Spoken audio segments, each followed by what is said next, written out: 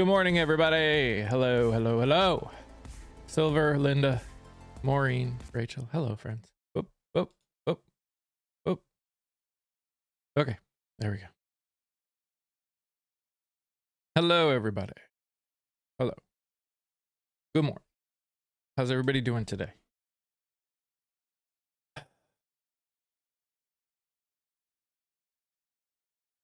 I'm realizing more and more as time goes on how difficult it is and how difficult it's going to be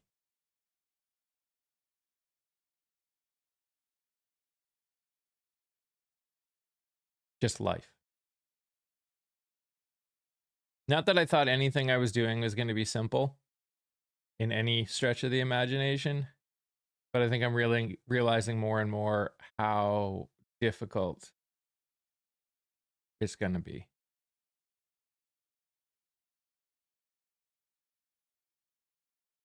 Still going to keep doing it, just realizing how difficult it is now.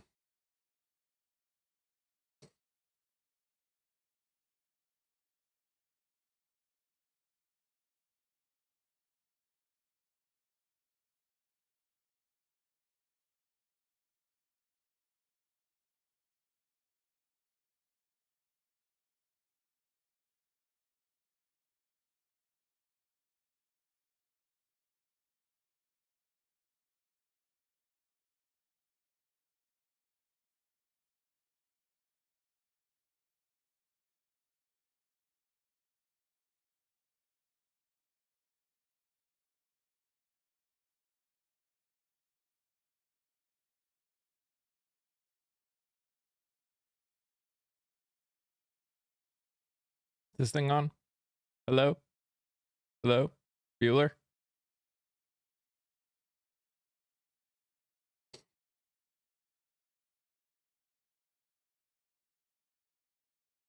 Looking through the news today, and okay, good. Just making sure.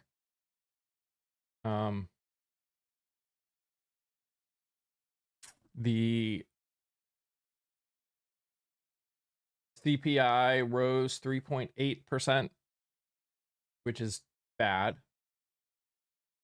Really bad.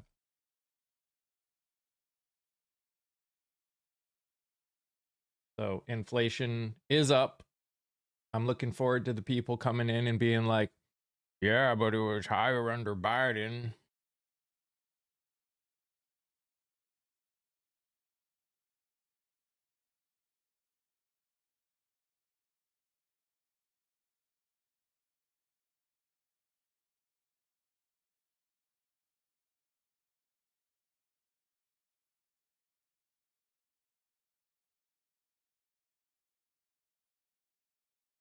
This one.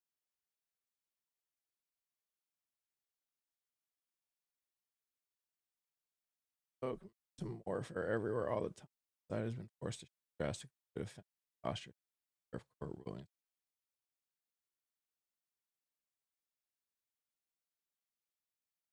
In statements and interviews since Virginia's Supreme Court struck down state Democrats' new congressional map, High Court narrowed the Voting Rights Act.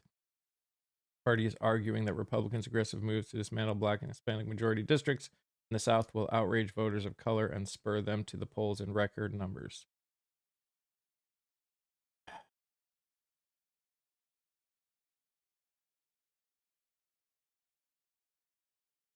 It sounds to me like they're not listening again. Morning, Kiva. It's just so... It's been so quiet. It's so... I know people are just probably doing stuff, but it's been so quiet.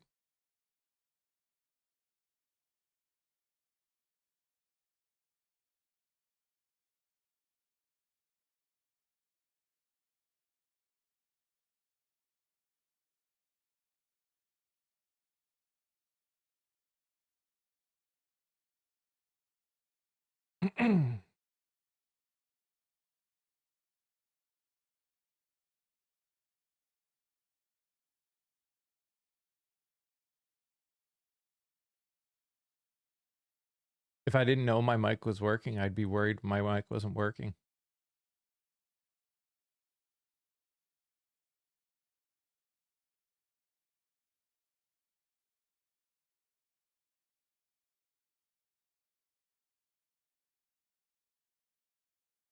You're driving, no worries. Just watched Joe's interview this morning. Also sent it to Braden to send to his friends in Massachusetts.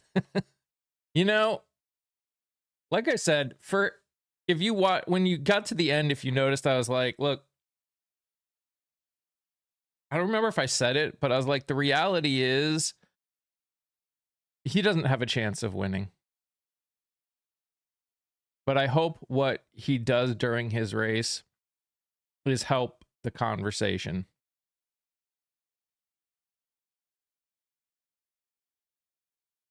A third party candidate just doesn't know. Even in Massachusetts, I don't believe it, but you know, wouldn't mind being wrong.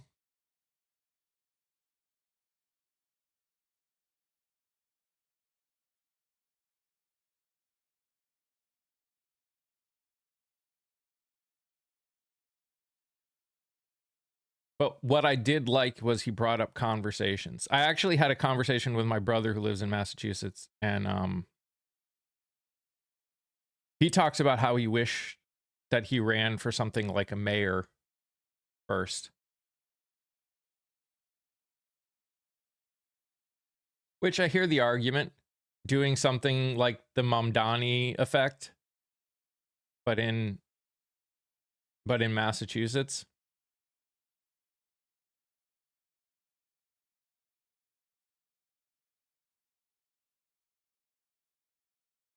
Like really start building up this idea that socialism isn't too bad by doing good things in your community as like a mayor or something.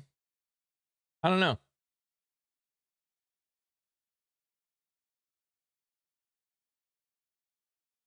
When a lot of progressives run at the same time, those conversations become larger. That's also true. That's true. I mean, that in the end, that's why I'm doing what I'm doing, is to try and just increase the conversation. Hey, Aaron. How you doing, my friend?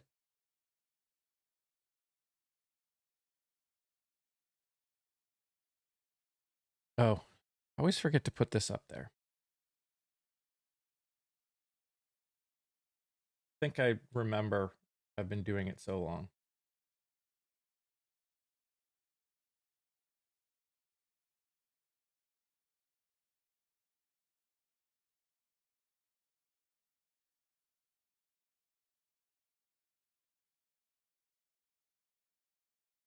So Kiva, I don't know if you saw the video. I'm gonna be in Virginia, DC, New York.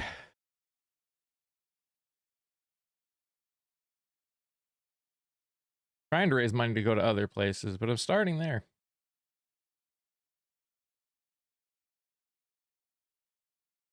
I've been slacking on the video watching lately. It's just been hectic around here lately. I'll try to get some watched over the next day or so. I appreciate it, Silver. It's all good. I understand. You can tell that a lot of this community is either really busy, really stressed, really over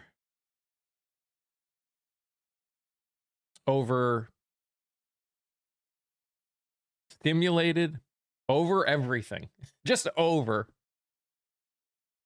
And you can tell, but it's okay. I mean, I you know, that just is what it is.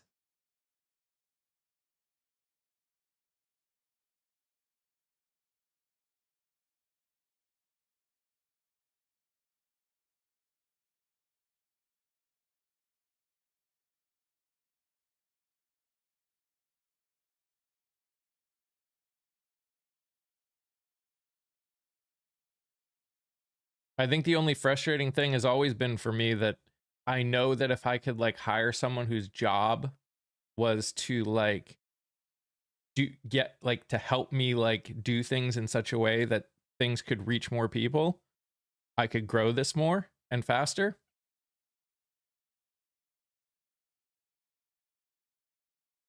So what I'm going to do is I'm going to interview a candidate, at least one, potentially two, but then I'm going to talk to people in their district.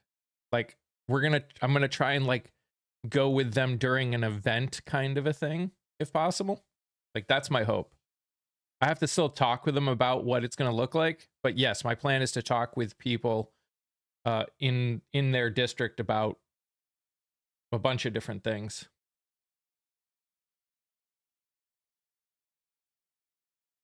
Oh, I know, Kiva. I know you do, and I know all of you do. I know all of you would help if you could. Would help more if you could. It's the last week and a half of my kid's senior year. I'm either wanting to cry or running around like a crazy person. Yeah, and I get it. I find that May is actually one of the busiest months of the year. Like December is busy, but in a different way. I actually find for most adults, especially adults with kids, May is the worst. May and like the first half of June.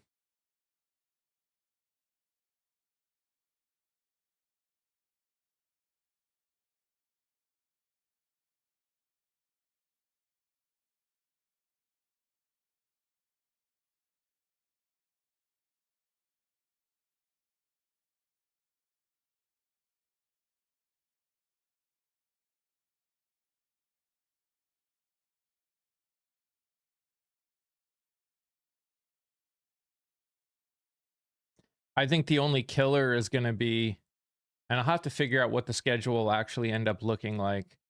I'm doing the 2 week show, like a musical again in the summer. So that'll be 2 weeks that I will be much more busy. I'm gonna see if I can still do lives. I might have to do my lives a little earlier. That's all. But we'll see. I'm starting to get people signing up again for interviews slowly. I need to start reaching out to people, especially ones that I haven't heard from.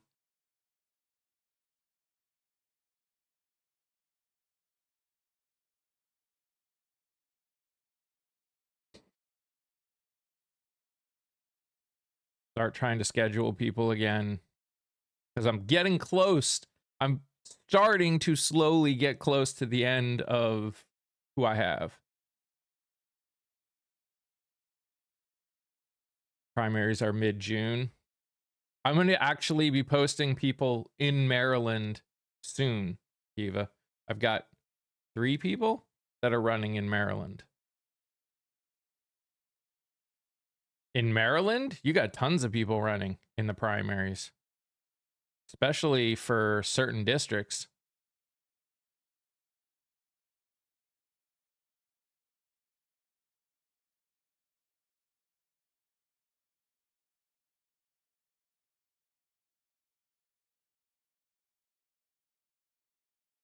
But yeah, I think the first Maryland person I'm posting is tomorrow.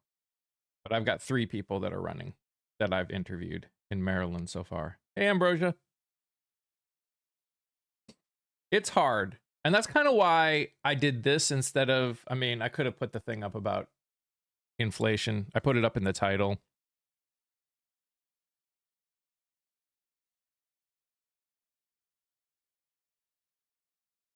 You're super rural. That may be. Yeah, I think one of the districts that that I actually interviewed 2 people in, there's like 12 people running. But I think it's closer to the DC side of Maryland. Hey, Kia.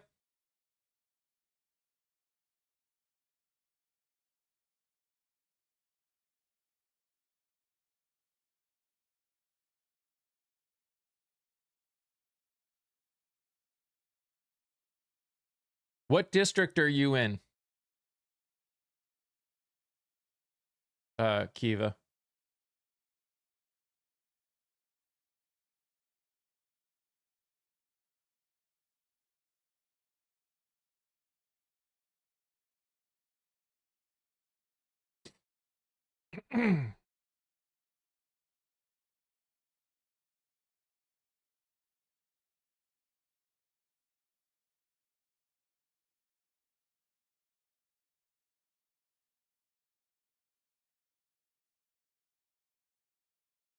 You're also going to see a lot of more state people running for state office coming up because a lot of them are like running unopposed on the Democratic side. So I didn't have to get them out like right away. So you're going to start seeing a lot of those popping up.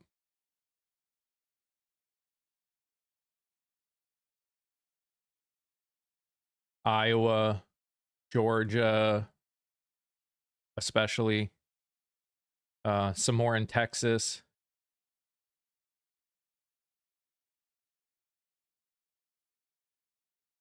District 6.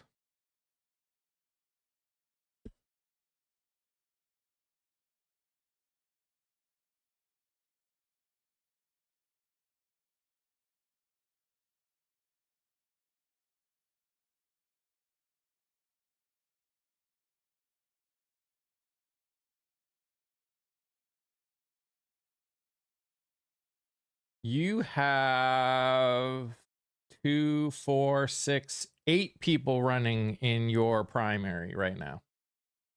Kiva.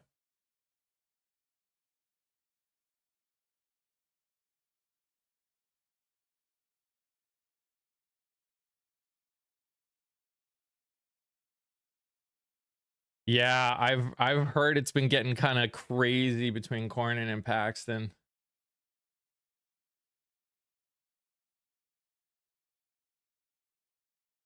Unfortunately, I haven't interviewed any of the people running in the 6th district, but yeah, you've got 8 people running in the Democratic primary in your district, Kiva.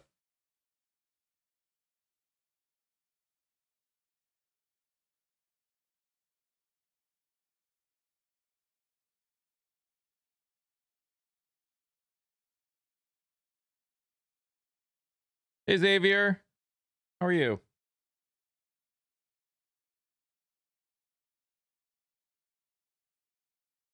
Yeah, a lot of people. I would definitely check it out.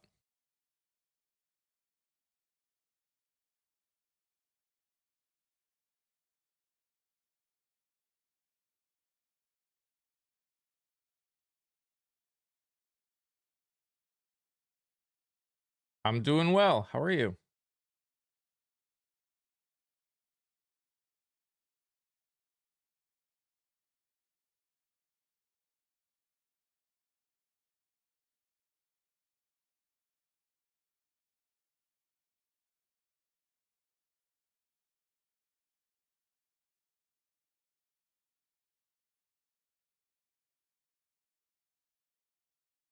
Well, thank you. I appreciate that.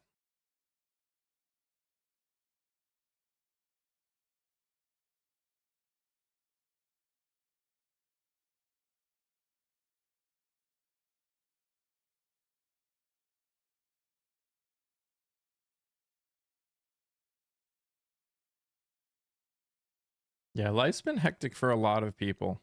I'm looking forward after this week it's going to finally calm down for well at least on outside things and then it's going to get obviously it'll start getting busy again with interviews, but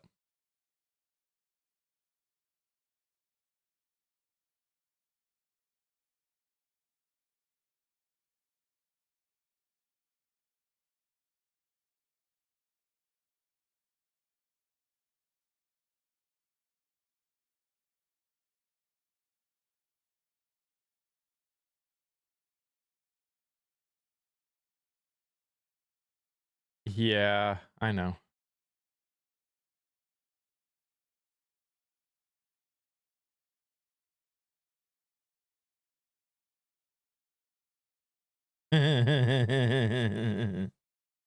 it's a it's quite a sentence.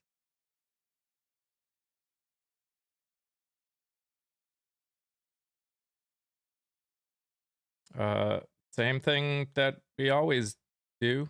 Talk about what's going on in the world.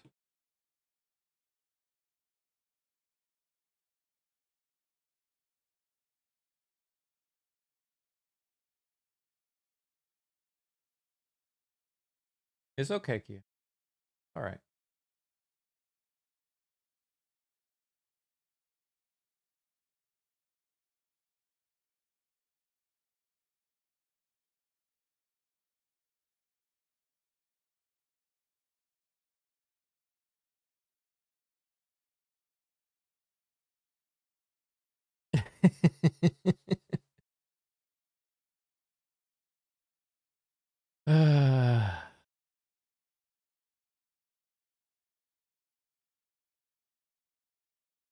Never a dull moment.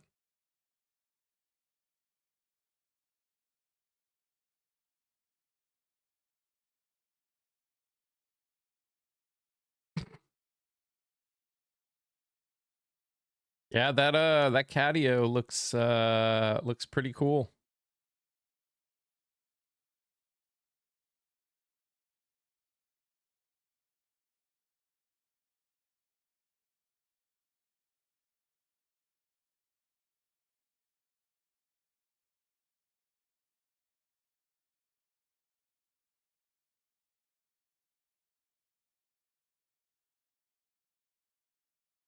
They got off to a shitty start. I walked out of my bedroom barefoot right onto a heap. Oh.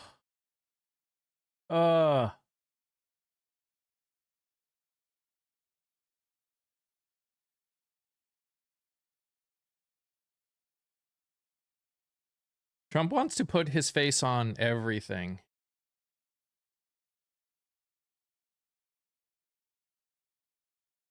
Trump wants to put his face on everything. Literally everything.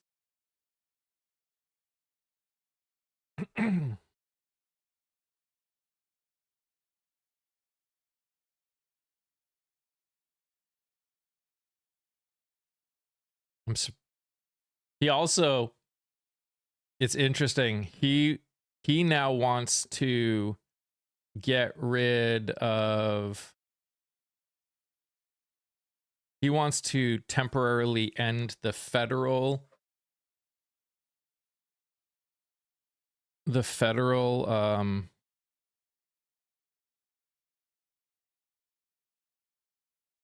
gas tax, even though when Biden tried to do that, they all went like ballistic. Xavier, if you've watched all of my lives, you definitely know the answer to that.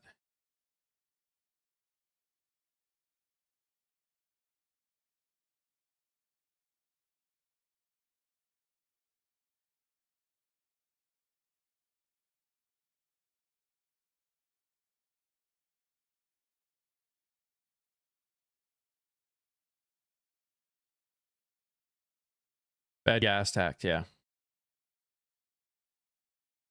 Yep. Hope if they end up passing that, I hope you guys don't want bridges and roads fixed, because that's what pays for it.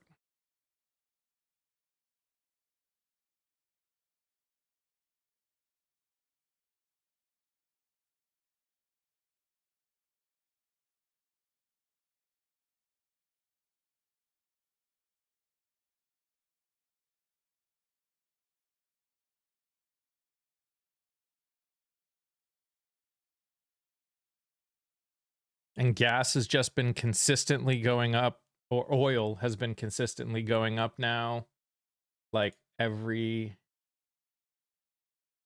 up almost. West Texas is up almost $3.50 today.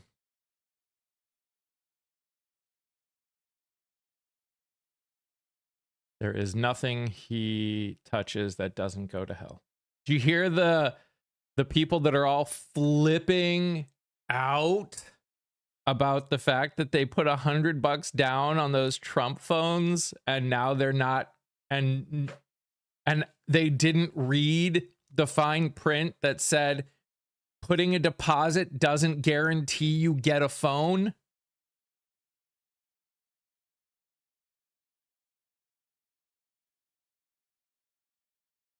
Putting a deposit down on a Trump phone doesn't guarantee you get a phone?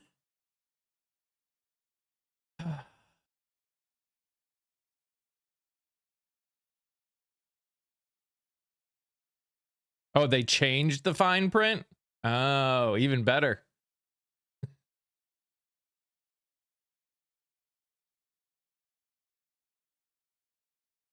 Sounds like his watch. Seriously. Brandon filled his work truck for the first time. It breached $100. It cost $108.76. Dang.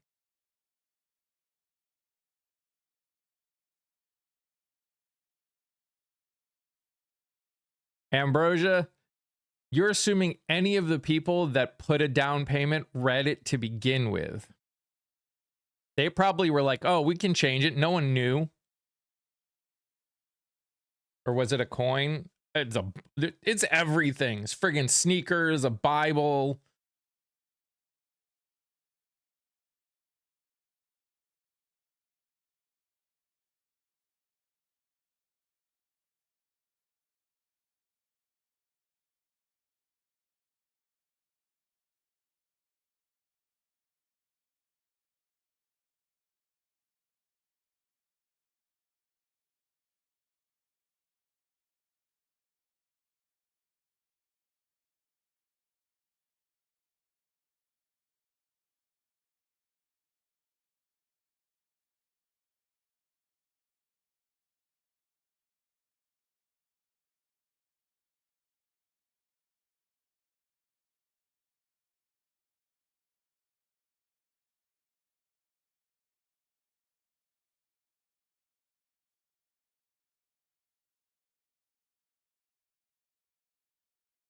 You will lose that lawsuit in 20.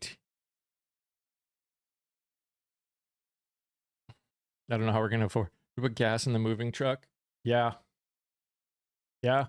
It's bad.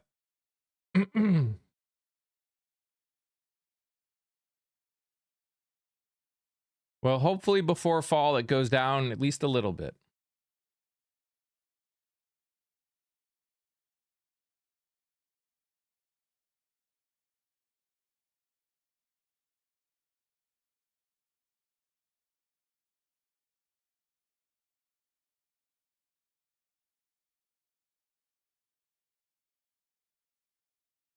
Morning meme. Hey, Summer.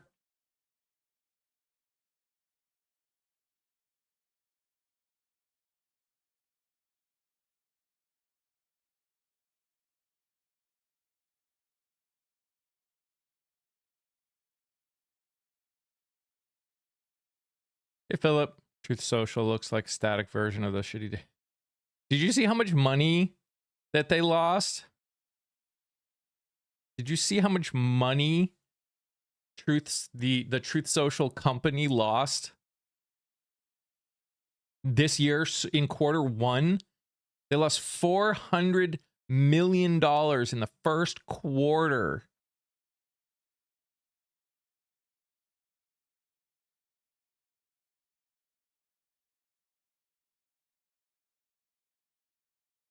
Truck is a V8. Yeah, I can't even imagine. Hey, Denomaly.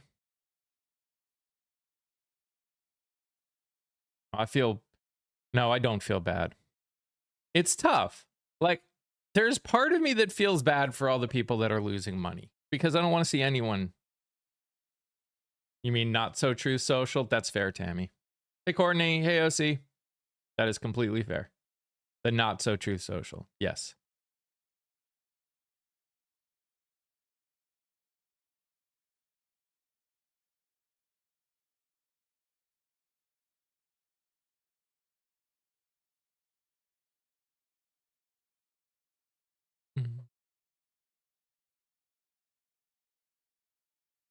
I think it's also kind of, well, it's not hilarious. Again, thoughts and prayers. Yeah, right. It's like you see the inflation go up to 3.8%, and there's part of you, as someone that's been screaming that this kind of stuff was going to happen, there's part of you who wants to be like, ha ha ha ha ha. But then there's another part of me that remembers it's friggin', we're all paying it.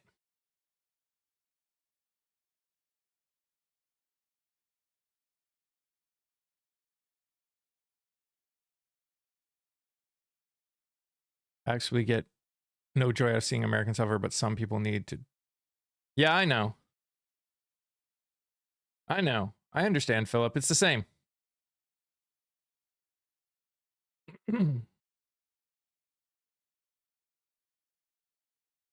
I knew that was coming.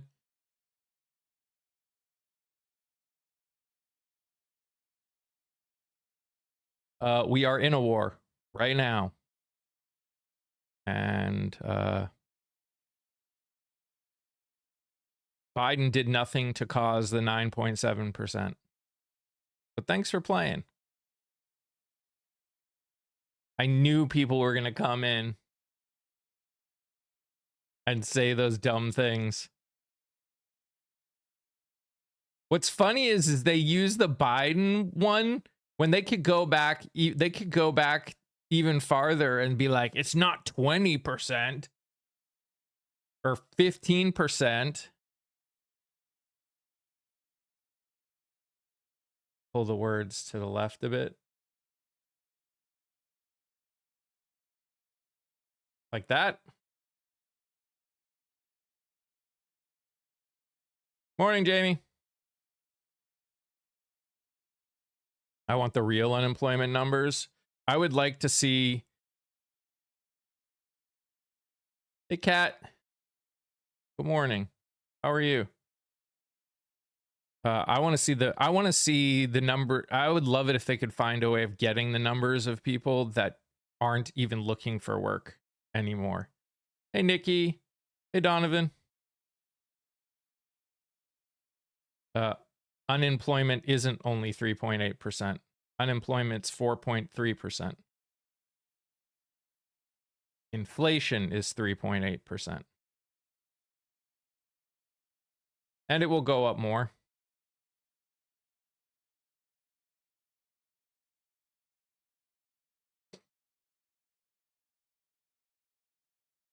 So it's only recently that the storage, like the stores of gas and oil and diesel and jet fuel started going down.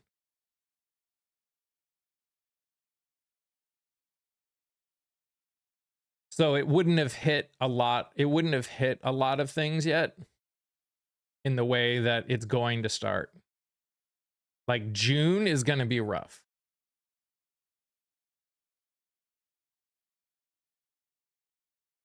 June is going to be rough. Hey, Tufu. How you doing?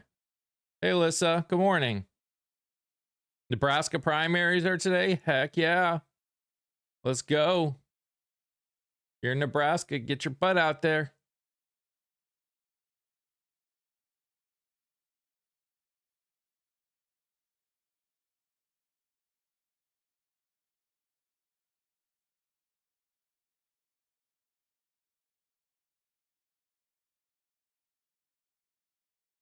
The world will be in a depression soon. The world will, I believe that the world will go into a recession. Depression, that will kind of depend on how people respond. But definitely, in my opinion, definitely a recession.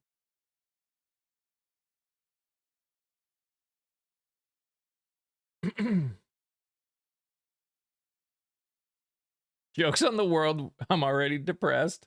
But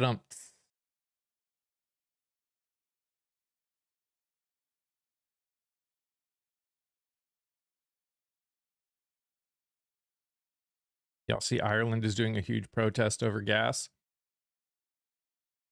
Not that Ireland can do a whole hell of a lot about it. I mean, that's the problem, right?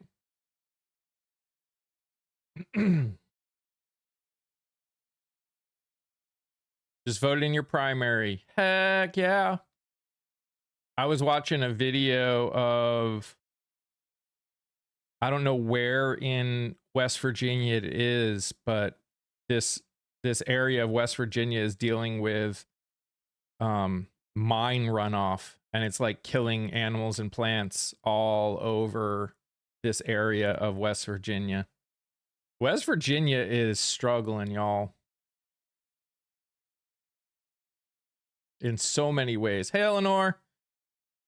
Is this why JFK is going for the SSRIs? Yeah. and they won't do anything. Nope. Which is why mining is bad. Which is why you got to be very careful about mining. And they don't want to.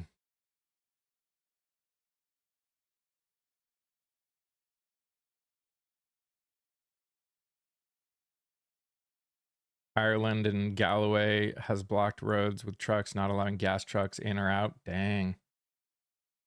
Dang. That's crazy.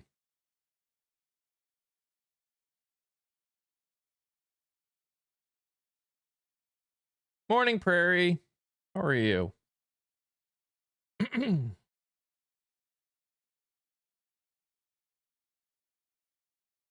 So after this week, because I haven't had time to do anything this week, I'm going to be making a couple goals. Most of them are over on the tube. And if I hit those goals, I will do a pretty good giveaway. And we're talking like gift card so you guys can go like do things. But I want to try and push people over there, and I want to try and grow over there. So grateful that we have the courage present. Is our country is crashing and burning, Mr. Slippers. Like literally crashing and burning. But thanks for playing. Our president is a weak, scared little man.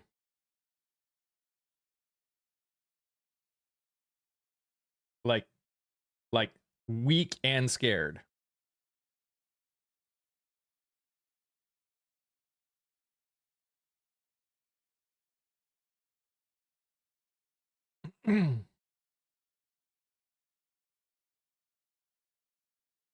Like never seen one person. The economy is not roaring. We have higher credit card debt than we've ever had.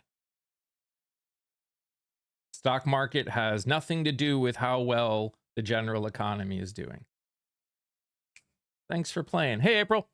But yeah, so I'm going to be putting goals that are over there. And if I hit those goals, then we'll be doing a giveaway. So keep an eye out for it. It's probably going to start next week. It's going to have to do with follows, like concurrent view numbers, things like that. So if you want to be a part of it, you should go follow over there. If you like gift cards, go follow over there. Okay, Cheech. Dem Party is a corporation. So I'm not sure what you're talking about.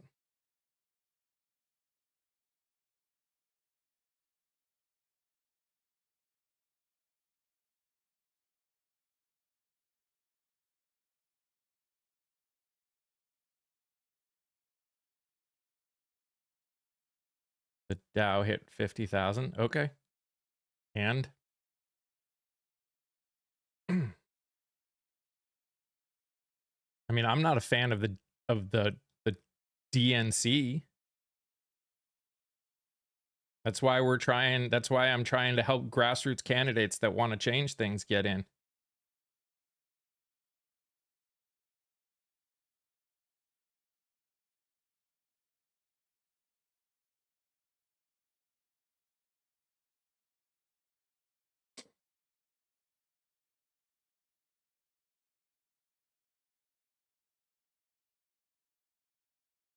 I think if more folks learn the hard lessons more often. Well, yeah, and unfortunately, it means nothing to me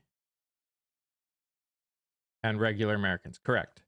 The Dow hitting 50,000 means nothing to 70% or more of Americans. Especially if you're not planning on retiring.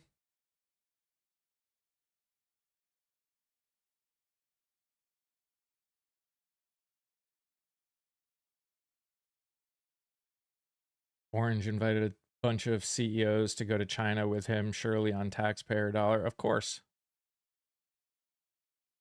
Can you imagine being one of those 590,000 people that bought that Trump phone, that put a down payment on that Trump phone, and now is realizing they're not going to ever get it?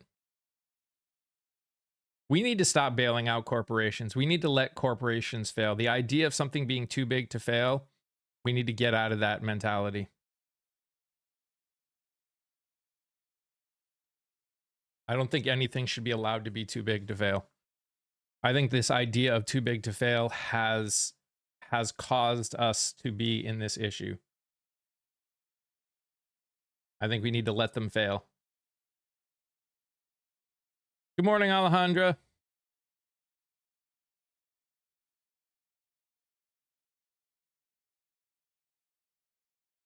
Shouldn't we let it collapse to service the 99%? You're assuming that if it collapsed, just straight up collapsed, that it would service the 99%. A straight up collapse of the entire system would give the people that have power and things right now to continue to have them. It would leave things, it would kind of leave things as is and allow those people that already have power to build something from scratch. Probably giving themselves more wealth and power.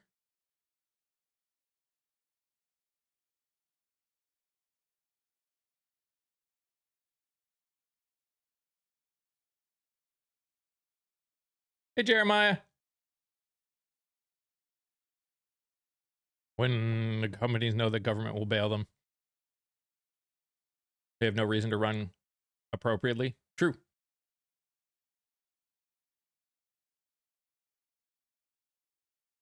Yeah, Jen. Who do they think will take over? Yep.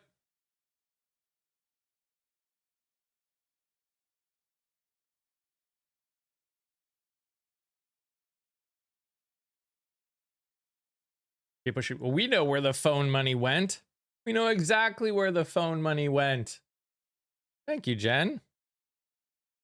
It's a perfect spring mug, in my opinion. When we bailed them out the last time, it didn't really help the communities. They just take advantage. Yep. See, some folks are suing Nike behind them getting tariff money back and customers not getting any of it. I didn't see that, but good. Good for them.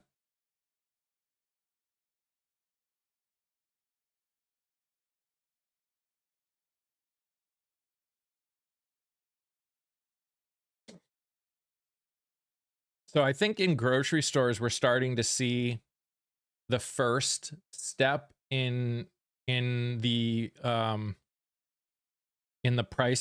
pricing problem. So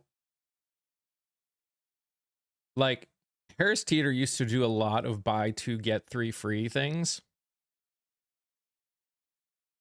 If you've noticed, they like aren't doing them like at all anymore. Like every store that we go at, you're just seeing the sales get worse.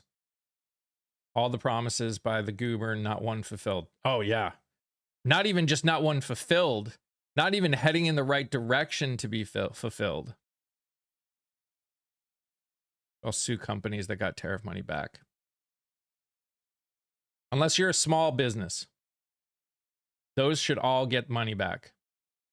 All the small businesses should get money back. So because most of the small businesses went out of business.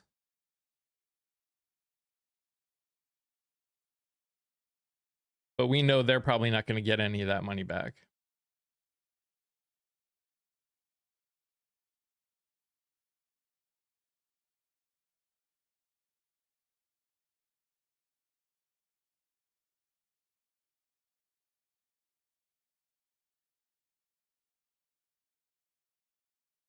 HEBs have great weekly deals on meat. There hasn't been one in a month. Yep. Yeah, you're just going to see a lot less. You're going to see a lot less. What's the word? Sales. That's going to be the start. They're going to start doing less sales. And then it will change. Guys, if you're over here on TikTok, please consider tapping that nose, sharing it with other people. Let's grow this community. Also, you know, I also am live over on the Tube. And I post daily People that are running for office around the country.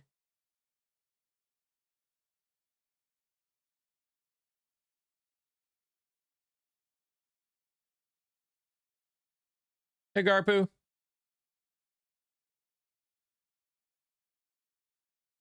I actually saw that the president is considering removing tariffs from beef to try and bring those prices down. Because, surprise, surprise, tariffs don't help. Idiot. He's such an idiot. Like, he is a complete and utter bungling idiot. Their entire administration is that. All of them.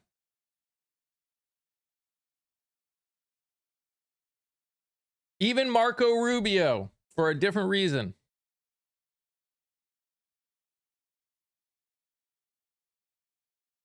The federal gas tax is just 18 cents, correct? In the grand scheme of things, that wouldn't help at all. Hey, Yana. Morning, Shawnee. Sorry for everyone else I may have missed. Please tap that nose. Help it go up. What's up, Mission? Better than nothing? Yeah, but what we are going to lose by getting rid of that tax might not be better than nothing, actually, C West. Does he know that other countries don't pay our tariffs? I don't know, Jamie. I don't think he does. I don't think he does. Yeah, that money goes into repairing roads and bridges and stuff across the country. So I don't think it actually is. That's why they didn't vote it to happen when Biden tried to get it to happen too. Hey, Stu.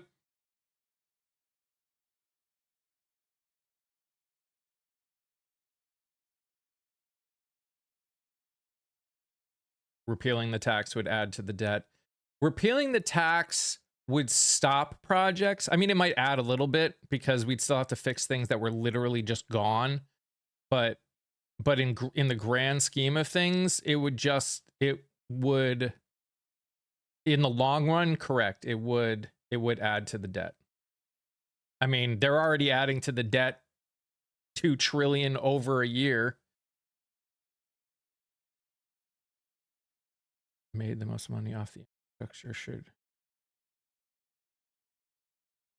I mean, I think that 100% places like Amazon should be helping pay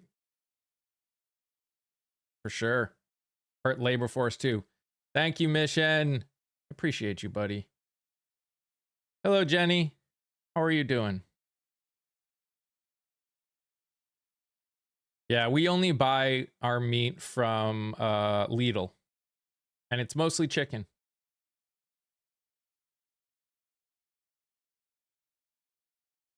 Billionaires whose company use our road should help pay. 100%.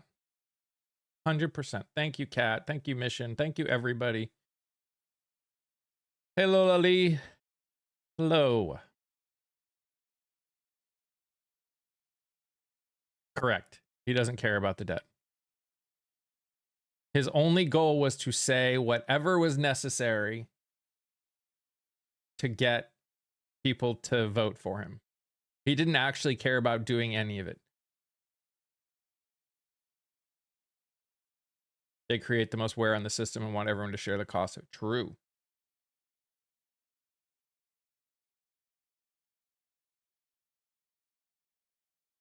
I'm doing good. I'm tired, a little stressed. It's pretty busy right now in my life. But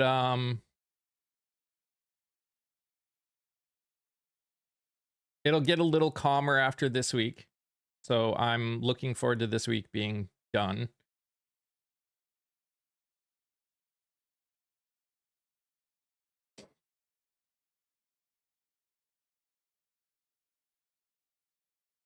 starting to reach out to people to schedule interviews.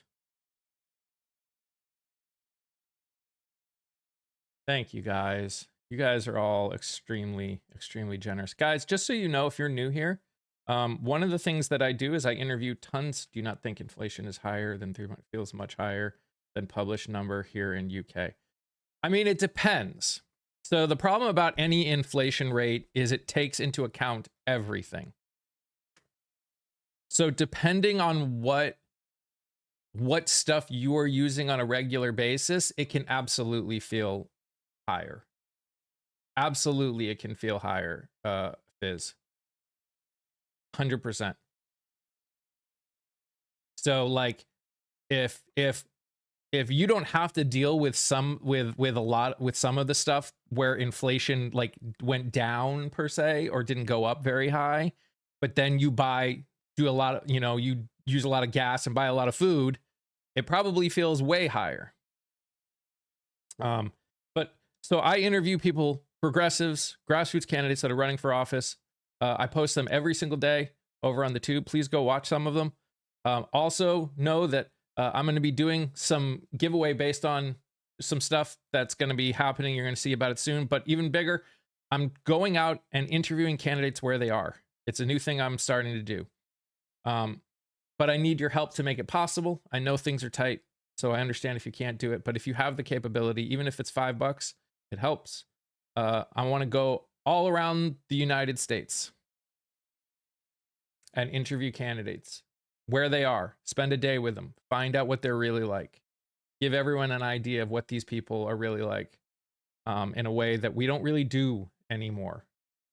All we do is try and get like the gotchas, you know?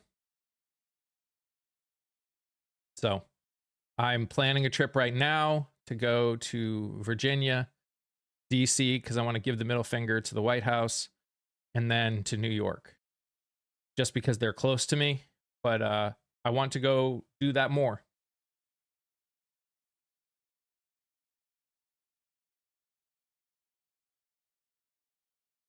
What's your take on the job numbers? There are a lot more people that have just decided to stop looking for work at all. So I think what you are seeing with the 4.3% is misleading. I think a lot of people have stopped looking, which does not get counted in our job numbers in the United States, at least.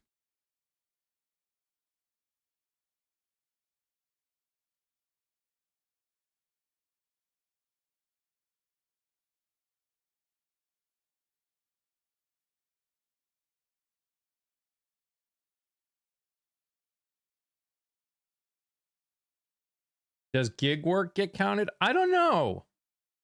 I don't know if gig work gets counted in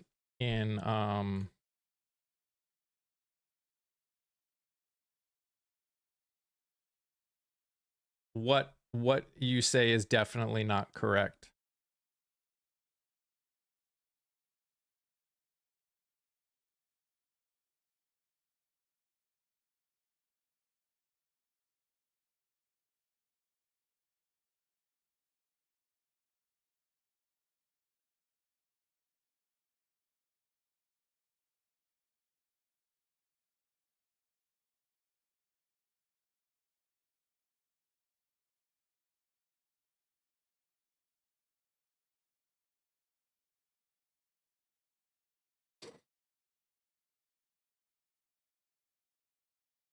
So, what I'm reading here from the Federal Reserve Bank of Boston is research indicates that while gig work is counted towards employment numbers, it is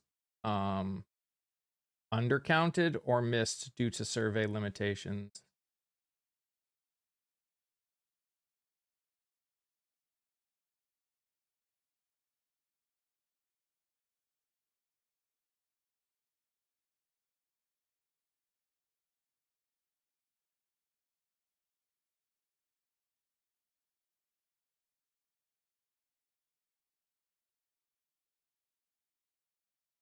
Well, so the numbers that you're seeing from this last month, they will get updated. So that's that you can never fully take a month's numbers right away, although I know a lot of people do. You got to wait until there's an adjustment.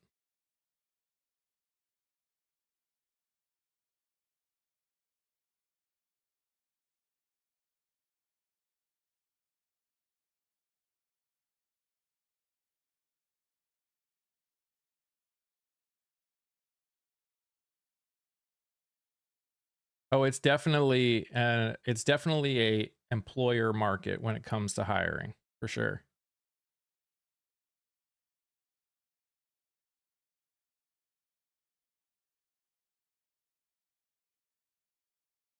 You love your pressure cooker? Got an air fryer in the next couple of days. I'll have a working oven. Heck yeah. Be better employees. That's a dumb statement.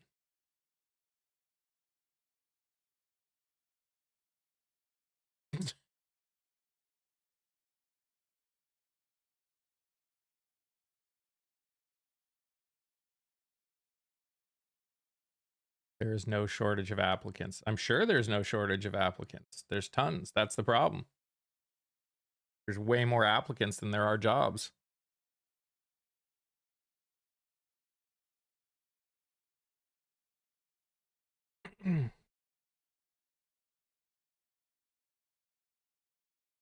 But I know plenty of people that have just decided to stop looking.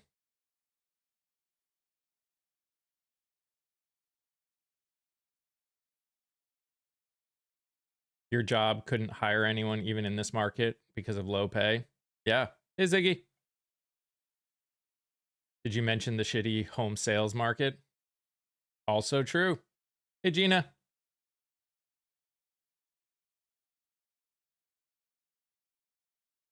Linda. My crock pot is busy cooking all that chicken. Trying to re-enter the job market in this economy. I'm stressed. Yeah. Yeah. It's understandable.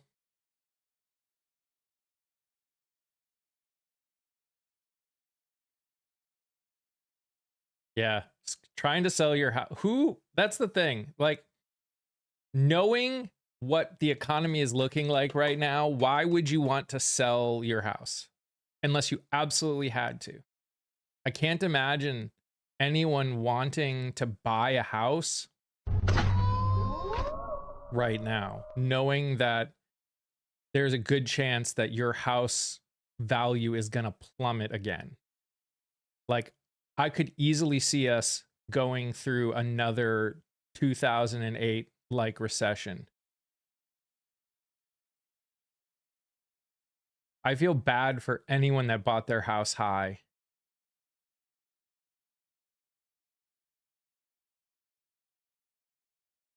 Selling fast here. Where's here? Upstate New York. Interesting. I mean, I could sell my house fast because it's a starter home. So compared to like the homes around it, it's cheap. But most of the houses around here are way more expensive than mine, and those aren't selling quite as fast.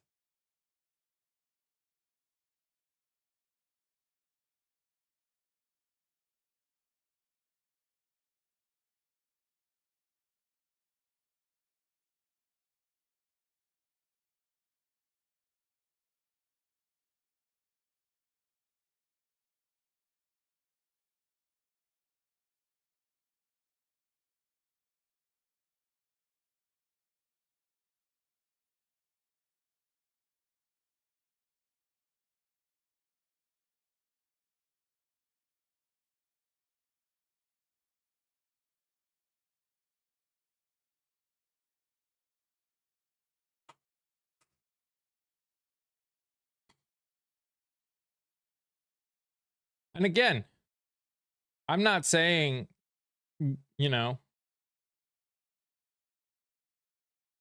when we're talking about housing numbers and housing sales and stuff, we go by countrywide. That does not mean that there won't be some that are selling well and some that just means that in general, nice homes can be had here for less than 300 in nice suburbs. Yeah. But not everyone wants to move to Buffalo, New York. You got to be a very certain specific kind of person that wants to go into Buffalo. Hey, Laura.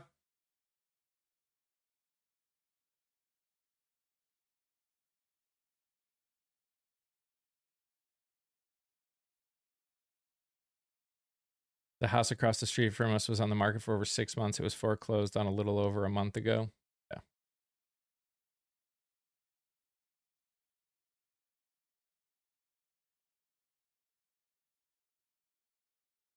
I mean, a lot of people want to live up north and out west. That's the wrong statement to make. A lot of people want to. That's why the stuff's expensive.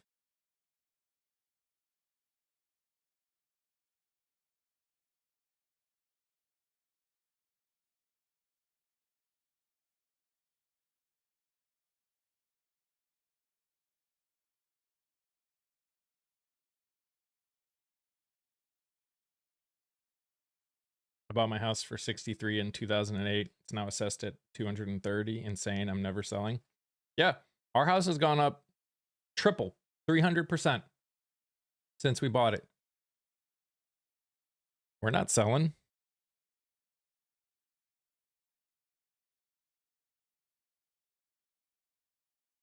Then why are they all moving here? Because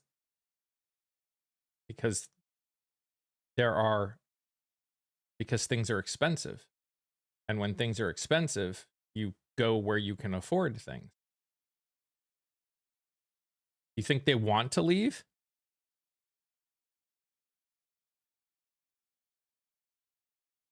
Or they have to leave? Why are they expensive? Because a lot of people want to live there. And when there is a high demand and a low supply, prices go up. Nope. Not the leadership. Not the leadership. It's supply and demand. Economics. Why Massachusetts is expensive. Has nothing to do with the leadership. Has everything to do with the supply and the demand.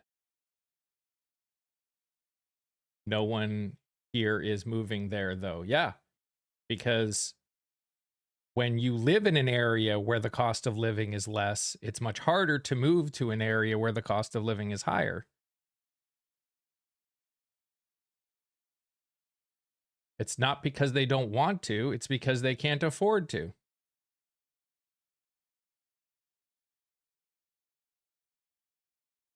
Doesn't mean nobody is wants to move there. Doesn't mean nobody is moving there.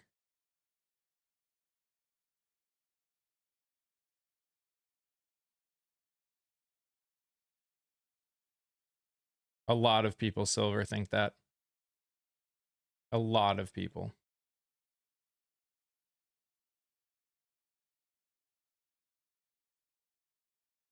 If I had my choice, I would move back up to Massachusetts in a second. In a split second. It is definitely not leadership.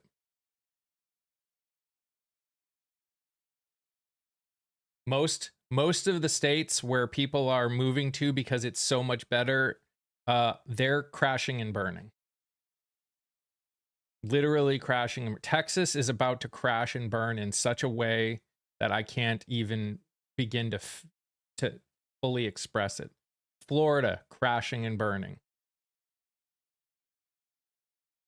It's not smart to ignore that common theme. That is not the common theme.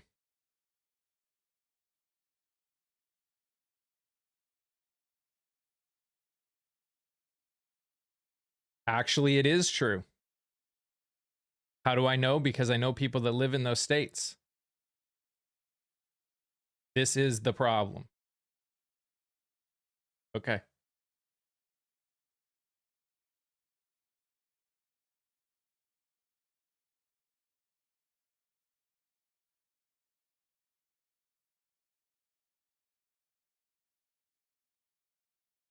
Why does that supersede? It doesn't. Your experience is different than mine. I can't speak for you. I'm telling you that not only have I lived up in those blue states, but I know a lot of people that live in those blue states. And I know a lot of people that live in these states that I'm talking about. And they're saying things are crashing and burning.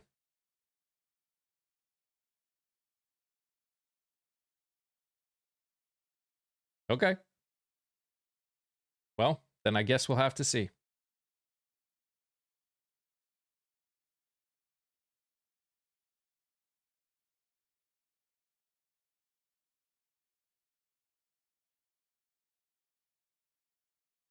I feel like it's fine. Okay. It's not fine anywhere. Anyone who says anything is fine is not living some level of privileged, because it's not fine anywhere in the United States right now. Like anywhere. It's not fine.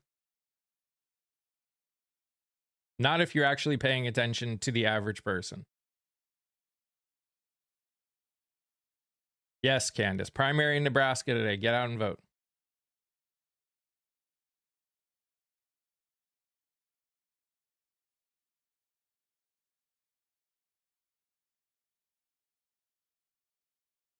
Texas is dealing with a massive water issues. They're building a data center in Texas that is so large that it is going to use double what the rest of Texas uses in a year combined. It has to be great here in the United States or people wouldn't be coming here. No, that's not how it works. Just because it is better than somewhere doesn't make it great. And I'm a woman. I'm just not a victim. Oh, here we go. See, I thought we were trying to have a conversation, and then you had to do that.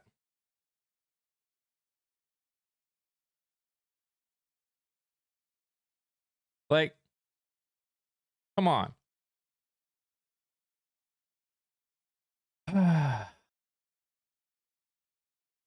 It's almost like capitalism is the problem, right, Kiva?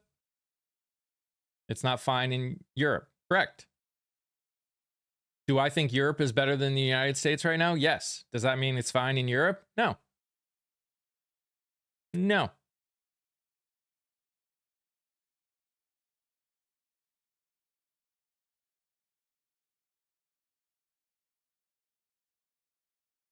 I heard the data center outside Atlanta that people are complaining about low water pressure. Wouldn't be surprised. Doesn't Texas need to fix their electric grid before building that kind of strain on the infrastructure? Yes.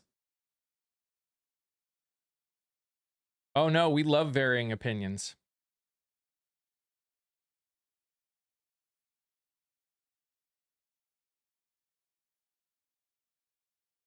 There's so many issues. Yep. Again, I'm not saying every person is going to experience the same kind of issues, but to say that everything's fine when there are people that live in those states that are saying it's absolutely not fine is just ignorant. Is just ignorant. Yeah, there are definitely privileged, wealthy people that things are probably just fine for them.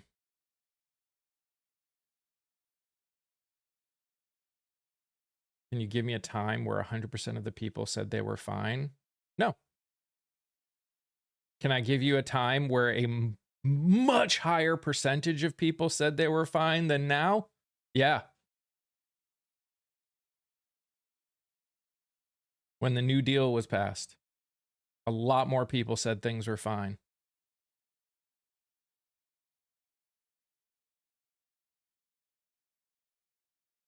That's your opinion? No.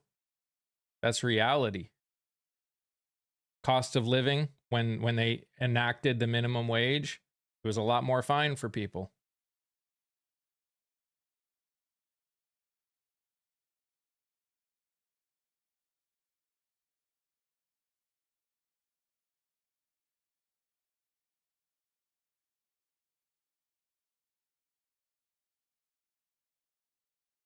That's why you're lost.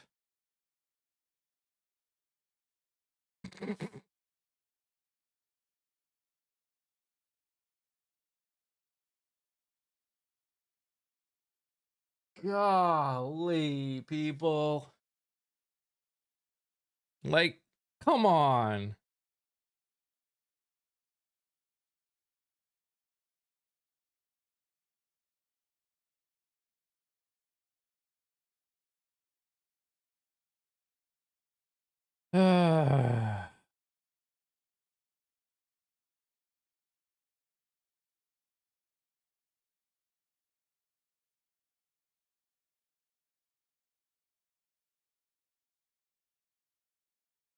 He did spell your correctly. That's true. He did spell your correctly. I have to give him that. I saw someone say they think data centers is a grift for fresh water. There's no reason they can't use gray water. And I think some place use like gel or put them in the ocean and make new habitats and cool the ocean temps. That was autocorrect? Possible. We haven't been losing power during storms, so that's good. We lost because we live in reality. Again, this is the problem, right? This is where empathy and humanity have to come in. Their experiences, I am sure, are different than others.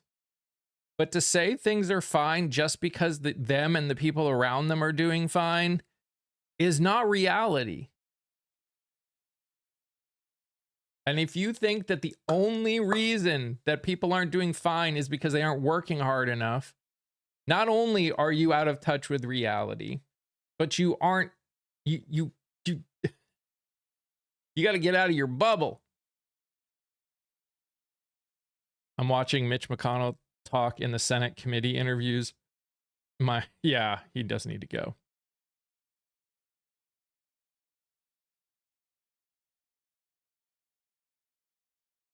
My empathy for elected officials is null and void at this point, though. I mean, you don't have, like, again, empathy just means like listening to them and understanding their perspective. That doesn't mean it's a good perspective. You can have empathy for any group.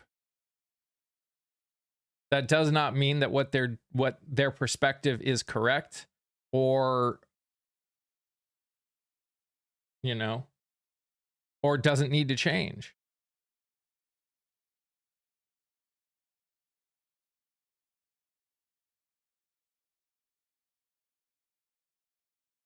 Honestly, I would argue that empathy is really about learning how to listen.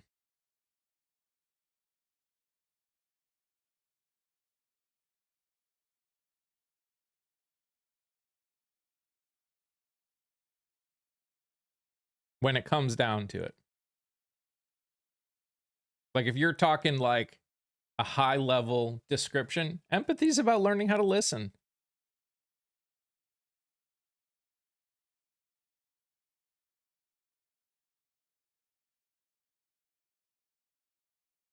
You can't give empathy, Johnny. Empathy, you can have empathy. You're not giving it. You don't give somebody empathy. I hear what you're saying. And I have no, you know, I completely no respect for establishment Dems. But just remember, you don't give empathy. Good morning, Castro. No sympathy. That is the word you want. Correct. Thank you, Brian. Give sympathy, feel empathy. Yep.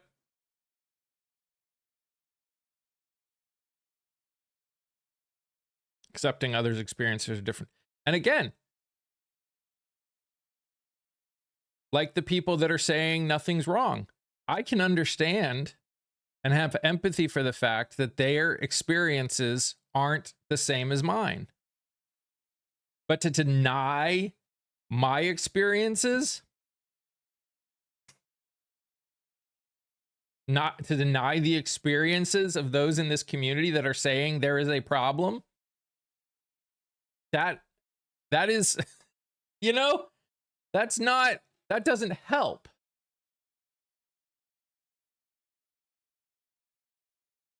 I've conflated those terms for too long and didn't realize it. Yeah, I understand. What is the problem? I mean, there's a lot of problems. The specific problems we're talking about are that, you know,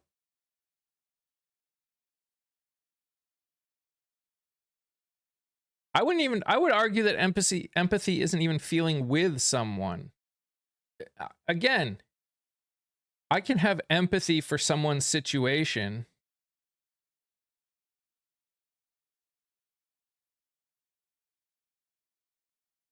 I don't know. Maybe you may be right. Those are the definitions. I understand the definitions.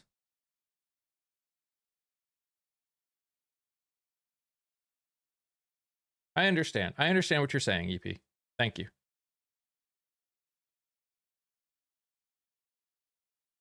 I'm trying to put it in a way that people can understand how they're interacting with it in their life.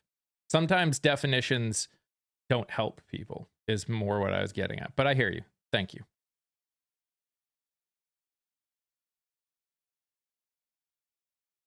No, the inflation rates just came out, dude. Literally, it was like one of the first reports on my news. What's up, Scott? How you doing, buddy?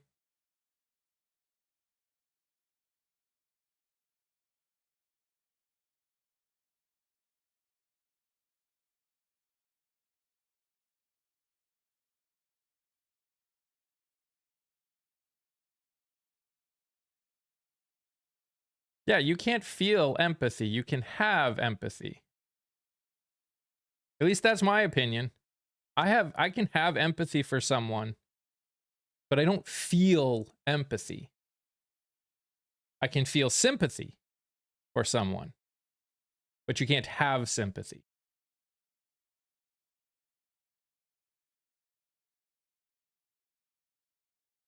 Community people can come up if they want.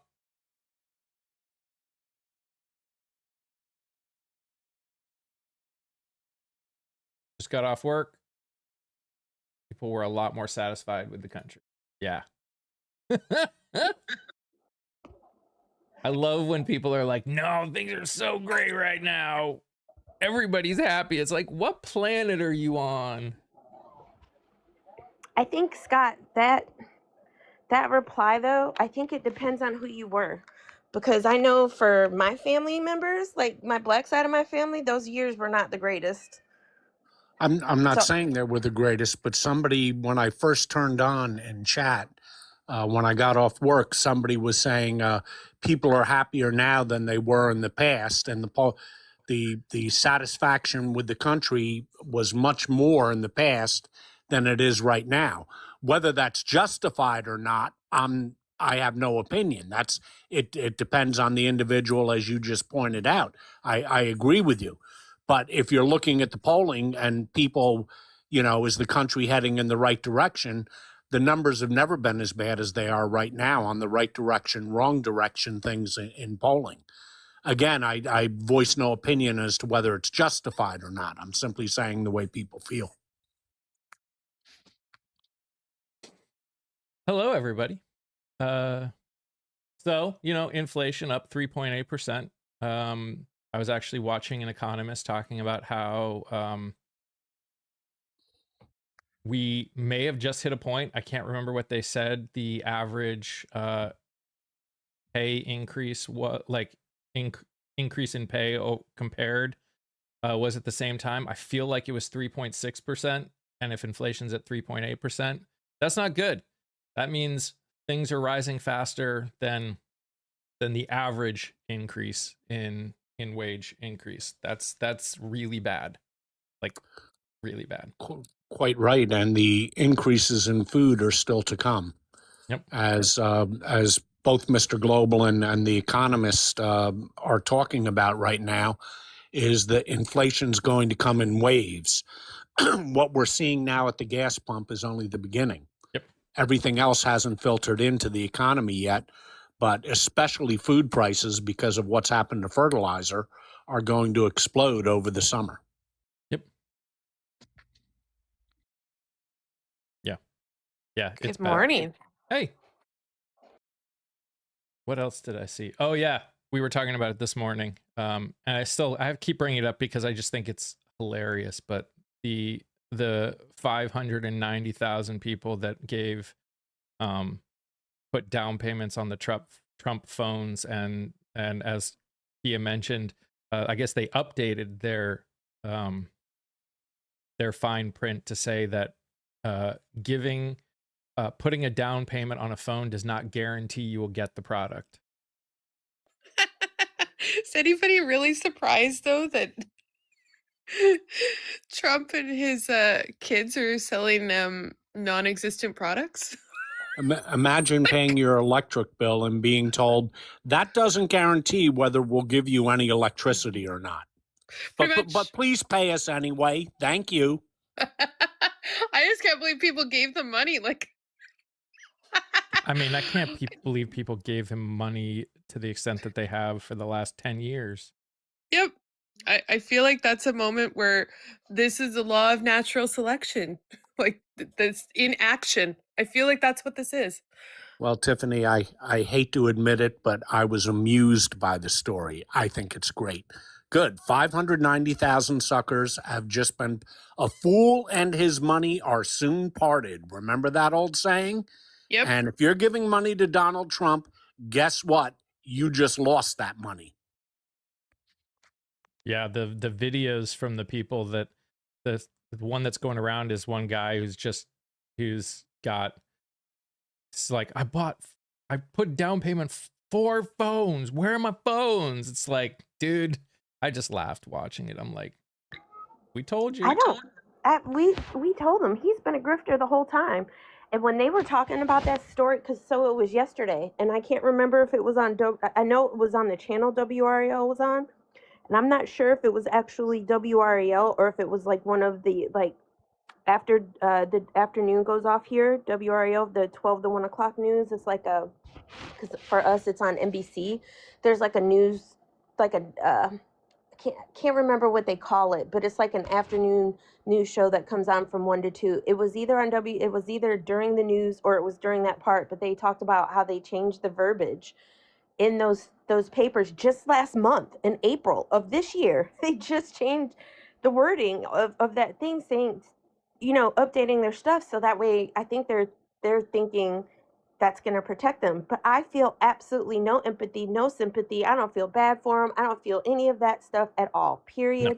That's what the fuck you get. Ha ha ha. Yeah, I got bingo. I feel nothing but great amusement by it. And by the way, I'll segue that into Steve Bannon, who got convicted for his Build the Wall Foundation. All these morons gave Steve Bannon money to build the wall. The only thing that got built was his bank account. That was it. He stole all of it. Trump pardons him, and the very people who gave him money to build the wall applauded the fact that Trump pardoned him after he ripped them off.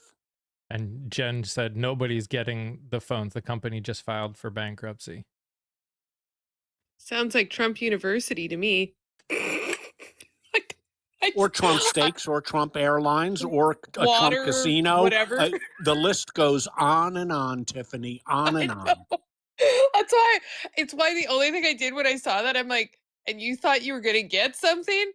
How many times I'm like, I don't even know how long it would take us to build a list of all the things that Trump has created that nobody ever got the end product or service in the Yeah, count me in Camp Kia on this one. Zero empathy for these people. I don't feel bad for them at all. In fact, like everybody else, I laughed my ass off watching those videos of these morons 590,000 idiots who gave Donald Trump money for a cell phone that if you had half a brain, you would have known you ain't never going to see. Yeah, like, again, you're talking to someone who prides himself on trying to have empathy at minimum for people. Even if I don't have sympathy, I got nothing for these people. There is none of it. The price they were saying they were going to offer them for, like, none of it. It was as blatant of a scam as you could possibly get. And they all fell for it for whatever reason. Well, it's exactly like Tiffany said. How many warnings do you have to get? And you still gave him money. How many people? The road is littered with people that he's ripped off. They thought they thought that in 2025, 2026, whatever they thought, that an entirely American-made cell phone could be sold for $500. That is wild. Well, just even a solely made American, completely American. That's what I'm saying. Cell phone is wild in and of itself, let alone the price point. Like, you can't even get can you even get a cell phone for $500? Yes, you can. Really? They're not what they were talking about making. No. Okay. So I will tell you, like, there are like the company I have my phone. I will never. I don't understand the concept of paying $1,000 or more for a phone. I've never paid that much. I honestly, like, I have Cricket for my cell phone carrier, and until I have an iPhone now, but it was given as a gift, and I found it used on a used website. It was right around $500. But I was getting phones for like less than 300, brand new phones. Were they iPhones? No. Were they like the newest Samsung? No. But they worked just fine. I had them. I had several of my phones for years. But yeah. So it's not that you can't get them for that price. It's that you can't get the kind of phone that they were trying to make and sell. Again, definitely not all made in America. I think I was asking more because in Canada, I'm not even sure if you can, like, because we pay some of the highest cell phone rates in the Western world, and I'm pretty sure we pay some of the highest, like, buy a phone rate in the Western world too. Like, I think my phone cost me $2,000 just for the phone. Yeah, just for the phone, and then my old plan was costing me, I think it was $80 a month. And mine was cheap because I wasn't paying monthly for my phone. If I had to pay monthly for my phone, I think it was going to cost me $130 to $150 a month for service plus a phone. Yeah. So there are some areas. Well, it's because we've got an oligopoly in our cell phone industry in Canada. There's only a few companies that actually provide service, and all of the American companies that come up here are owned subsidiaries of the Canadian companies. So, like, even when you think you're switching to a new company, you're like, oh, Virgin Mobile. And Virgin Mobile is owned by, oh God, I can't even remember which of the big three, but like it's one of the places hugely price gouged. Like, we pay exorbitant. Same with internet here, television, all of that stuff. Like, anything Canadians want for entertainment purposes, we pay a fortune for. But but you also get health insurance. This is true. Or healthcare. You get healthcare, not insurance. You get healthcare. You can have both. Depending on the province you live in, you can have a reasonably priced health insurance. And if you're lucky, a lot of jobs have insurance, but not all. Besson says this is a blip. Of course, Besson says this is a blip. You don't have a choice. They don't. When Besson and all of them come and talk online, they aren't talking to us. They seem like they're talking to us, but they aren't talking to us. They're talking to the guy who spends his entire day watching online, watching news channels to find out what people are saying about him. That is why they go on. That is why they say what they say. That is why they talk. That is why Kevin Hassett can come on and with his full chest say the economy is great. Why is the economy great? Because people's credit card statements are going up more than ever. Because the Yeah, guy it's to buy food. the guy he's talking to doesn't understand credit cards. He doesn't understand credit. He hasn't needed to pay for anything with a credit card, at least not in the way that we do ever. Well, Scott Besson is obviously just speaking to MAGA. And here's the important thing. What about a neutral source? I think the World Bank is a pretty good neutral source because it's their job to evaluate national economies. And in 2024, Joe Biden's last year of his presidency, the World Bank called the American economy the wonder of the world. Now, those are phrases the World Bank doesn't use very often.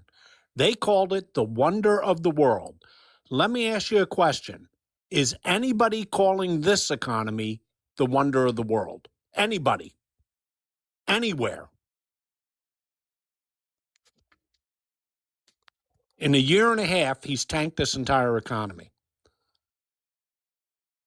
Because when those food prices start kicking in, when the Amazon prices start kicking in, which they will over the next few months. Already started. Yeah, we'll be lucky if it's 3.8%. It's going to end up being double what it was under Joe Biden. And we're not producing any jobs either. Joe Biden produced 2.23 million jobs in his last year. You can look it up. Haywood, I would argue that in a lot of ways we are in a recession. I think AI and the amount of spending by big companies on AI has hit it from the economic numbers. But I think if you are looking at what most of the country is going through, small jobs, small businesses are shrinking or closing down all over the place. People are spending with their credit cards. We are in the midst of it right now. I think it's a silent one. I think it's a hidden one right now. Name one, Carson.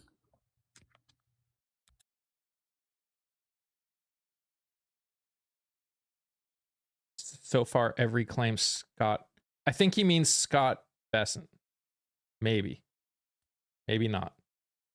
It could mean there's two Scotts we have now. Can you clarify which Scott you're talking about, please? Thanks.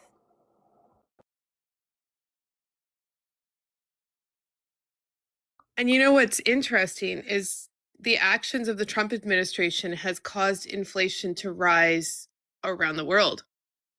Where other countries prior to the Trump administration coming to power were looking at what we expect to do interest rate decreases for the next foreseeable year and a half, provided everything stays kosher and going as it was. Like Here, he yeah. Haywood. So when you say we can't trust the official government data, to an extent, no. We already know that this administration is attempting and has made changes to the way they put numbers together to try and make things look good for them. I don't know how well those went through, but they are absolutely attempting to do that.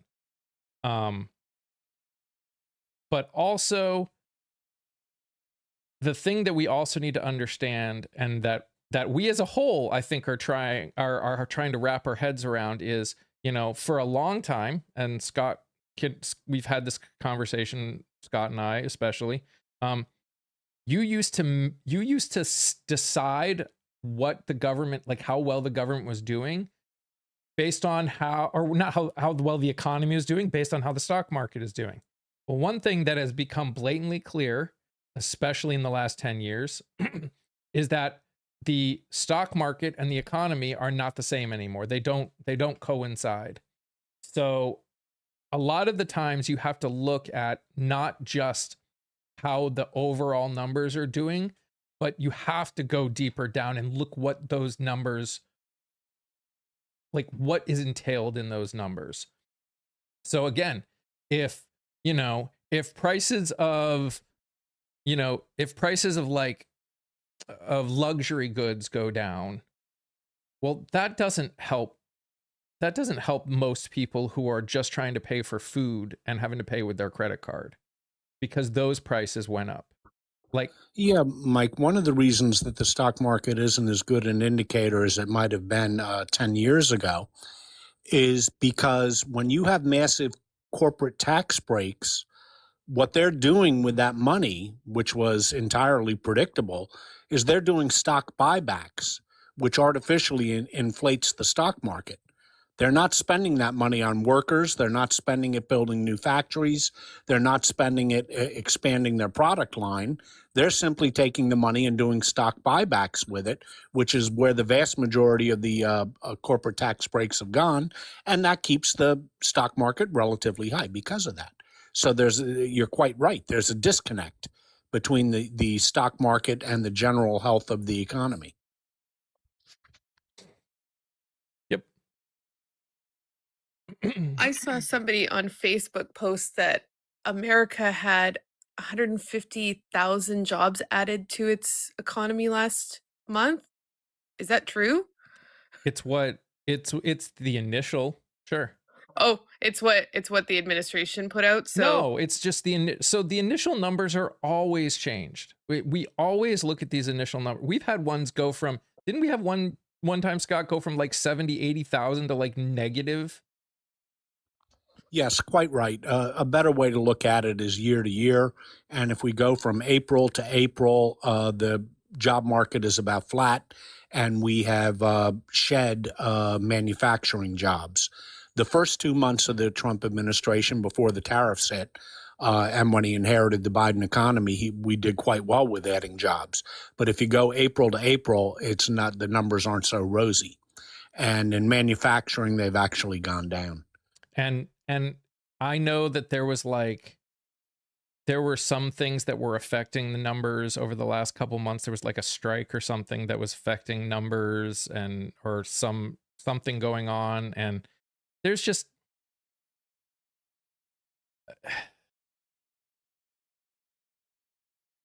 overall paying attention to month to month is sort of risky anyway, because the numbers change drastically when they redo them.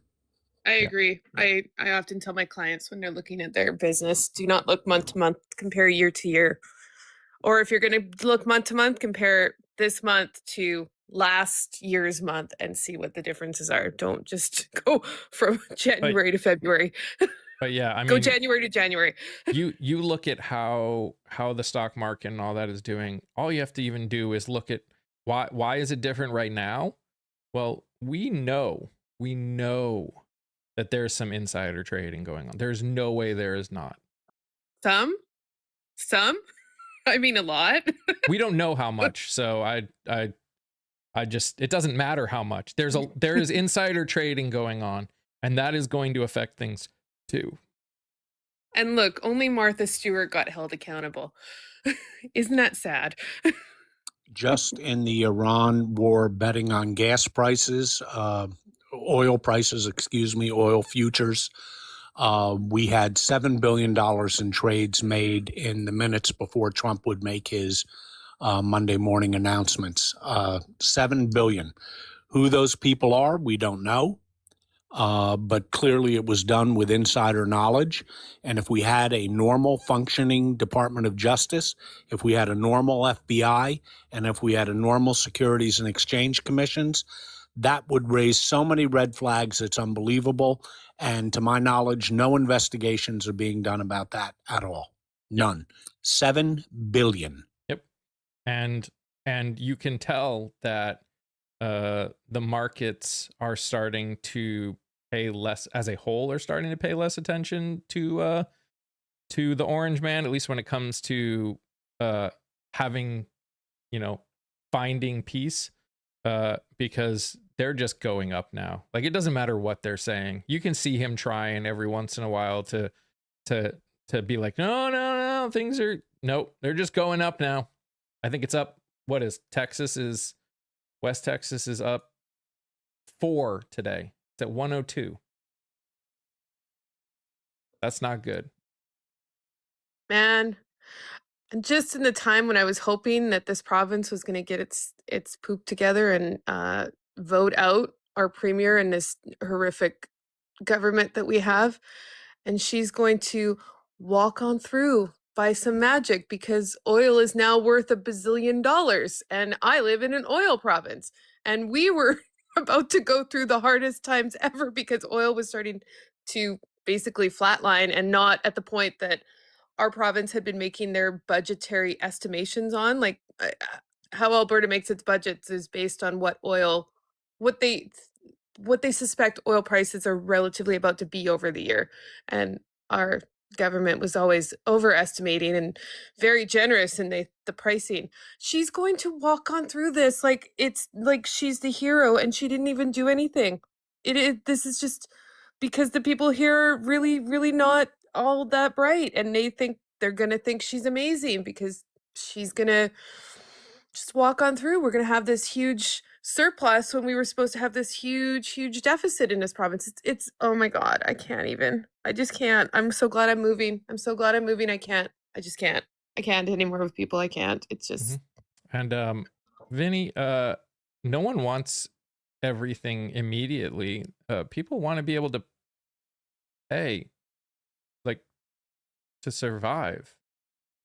Like people want to be with able like to food. people want to be able to afford food and housing and healthcare and gas and necessities of life.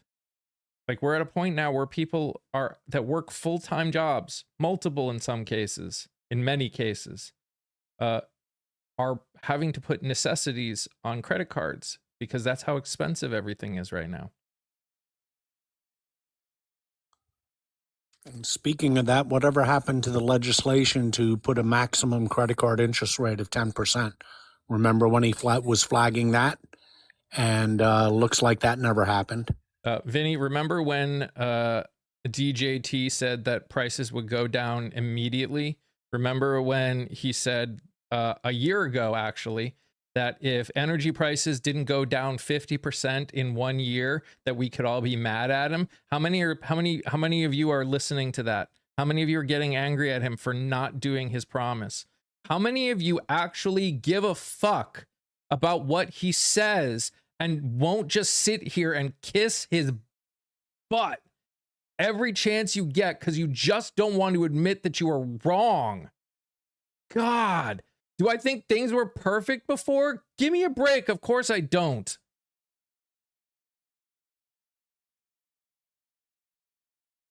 Grow up. Calling us baby birds. I'm looking at you right now, bobber. You have no idea about anything. Me specifically.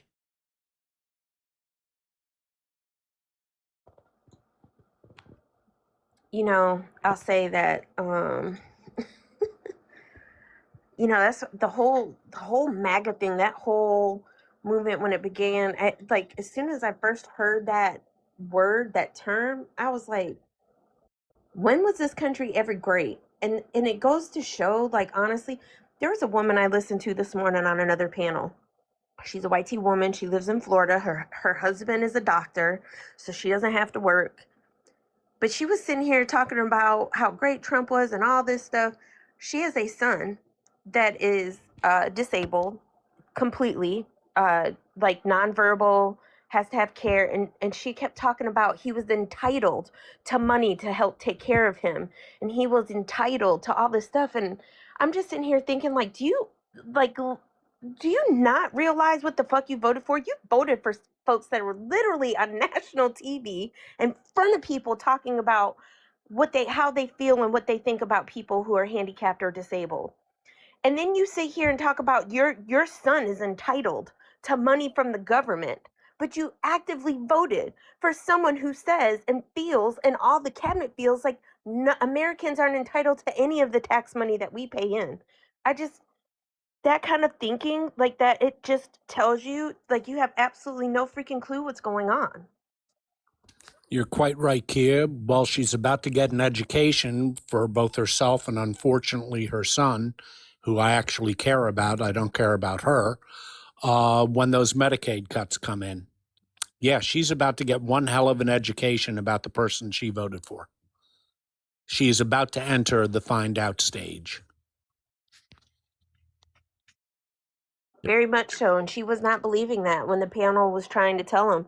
And then she also had the caucasity to sit there and say she didn't understand why Black and BIPOC folks were all upset about this gerrymandering stuff. Because what is wrong with the white T man making all the decisions? What is wrong with the white T folks making decisions for us? That they know and they understand enough about people, about Black people, that they can make just as good as an informed decisions as fucking anybody else. And I'm like, Oh my gosh. have you lost your ever loving What? fucking mind? Yes, she said all of that. No. She Well, legit did. No. You might want to ask her to take a look at the 1965 Voting Rights Act and the legislative history of what brought that about before she shoots her mouth off. But of course, you would have a more interesting conversation with a rabbit That's because she wouldn't listen to you anyway, Kia. that's like that. I mean, that's as absolutely ridiculous as a man saying that they understand what a woman wants or needs. Oh, wait, that came up in the conversation too. Hang on. Because that was, so the panel, just to let you guys know, it's hosted by a brown fellow, but there was Black women and Black men on the panel. And the Black woman was asking her questions about stuff like that. And pretty much everything they said, she came back about. And one of the things that historian brought up when she was trying to talk to her was that when she said that, you know, men, it's like men making decisions, because she was trying to say our rights have not been taken away, women's rights have not been affected, we have the same rights we've always had, all this stuff. And then when historian was like legit asking her, she's like, so you think that men should be able to make the decisions for women's bodies? She was okay with all of that. She was totally okay with all of that. And like, she got, you know what pissed her off in the conversation? When somebody asked her, why does she feel her son is entitled to the handouts given from the government, when one of the things she's bitching about is handouts from the government? Why is her son entitled to that? Who she stopped working, like her youngest, she has 4 children, she said, her youngest 2 are 17. She stopped working. She's like, I didn't have to work, my husband makes plenty of money. Talking about how she has nannies and she has people that come in. And I'm just like, see.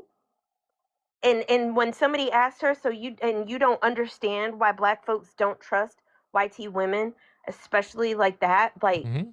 it was just, they finally ended up just dropping her. Yeah. But it was just insane.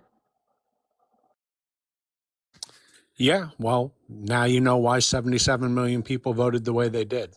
Yeah, it's insane. And now they're finding out, and now they're bitching. And oh, well, my sympathy for you is 0.0. Her name was Mine is Kathy. negative is. Of course it was a Kathy. Of course it was a Kathy.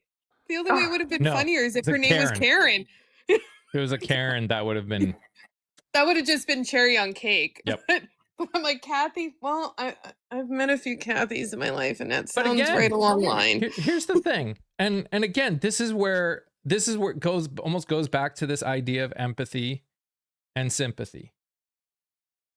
If you, by no choice of your own, like if you grew up in a house where the husband made enough that you didn't have to work, that's not your fault.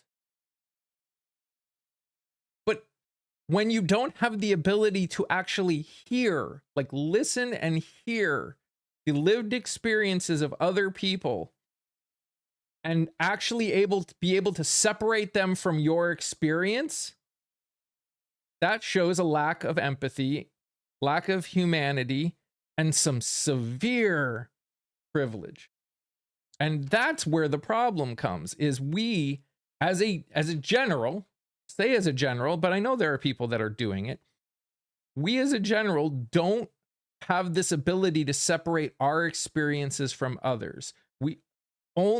We are so fast to talk, we are so fast to pretend that we understand things, because we, like, the people that come in and think that because they succeeded, that they somehow, it was because only because they worked hard, as though people that haven't succeeded in this world, that haven't worked hard as well.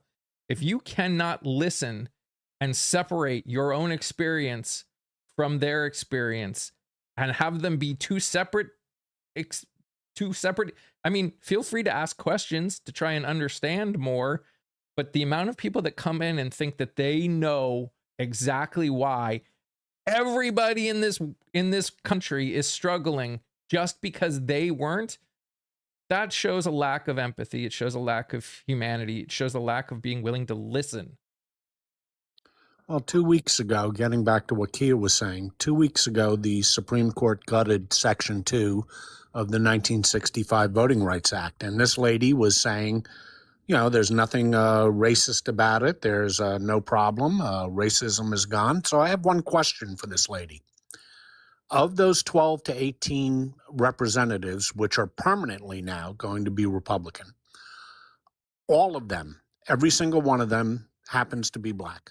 Every single one of those representatives who will be losing their jobs. If that isn't racist, I really don't know what is. Mm-hmm. Very much so. And that's the thing, like, I talked about it yesterday, that one woman that they showed, that one rep that was standing behind the doors with the glasses on and that smirk. I swear it was like looking at Satan in the flesh, like in person, Mhm. and just that evil grin. And just like, I'm like, people don't understand all of those rules and all of that shit that they're tearing down was put there for a fucking reason. It wasn't just put there because one day some nice white person decided, like, hey, we need to put some protections in place for BIPOC people. No, it was after BIPOC people were hosed down. They were set upon by dogs. They were attacked. They were chased down by horses. They were unalived from freaking trees. They had crosses burned at their houses. They had all this stuff happen to them. Look what happened to Emmett Till. All of the things that got put into place was to stop that shit from happening. And to see, like, with the eagerness that these motherfuckers, I swear to God, it feels like I'm watching the Roadrunner and the damn smoke come behind them, with the intensity and the fastness that these racist motherfucking states are running towards their damn, and the damn Supreme Court just keeps letting this shit happen. I'm telling you. Well, If I I'm sorry. Finish, Kia. I apologize. Yes, the strange fruit, Naomi. And if you don't know what strange fruit it means, look it up. Look it up. I think people need a whole lot more education. But y'all, like, the racism is real. Like I've been saying in this space as long as I've been here, the racism is real. The racism is top notch. Just because they're not burning crosses and they're not wearing their sheets anymore does not mean that it does not exist. Well, the state of Alabama, just to pick out one of them that will be affected by the gutting of the Civil Rights Act, Section 2, 1965. The state of Alabama has a black population of approximately 27%. They will now have no black representation in Congress. And the one black representative that will be thrown out in South Carolina, Mr. Claiborne, that will leave them, I believe, with zero representation as well. Well, so and do the math yourself. You know, it's. And here's the thing, especially when it comes to South Carolina being like literally on the border. I've been talking to a lot of people. They actually, because of the way they're rewriting them, they're talking about a possibility of not passing it because there's a worry that it could actually add 3 Democrat seats in South Carolina because of the way they're talking about doing it.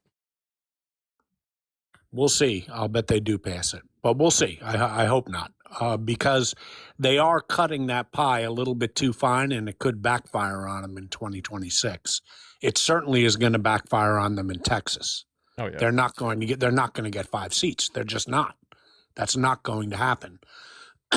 However, that's almost besides the point, because you're taking away black representation. That's what you're doing. Whether other seats flip is almost irrelevant. You know, that's just because they fucked up in their gerrymander. The point of getting rid of Section 2 of the Civil Rights Act is unfortunately going to be effectuated. And that is, there was a reason it was done. Mm-hmm. And now that reason has been obviated under some lame equal protection clause argument that our Supreme Court bought hook, line, and sinker. I don't get it. Yep. Actually, I do get it, sorry. but it's depressing. Yeah. Good morning, everyone. Morning. Here's the crazy thing to me about all this. Well, among several, but here's what stands out particularly. It's wild how they're trying to claim equal representation when a majority of people is the opposite skin tone.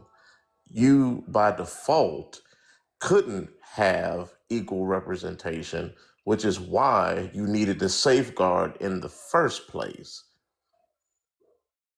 How stupid do you sound?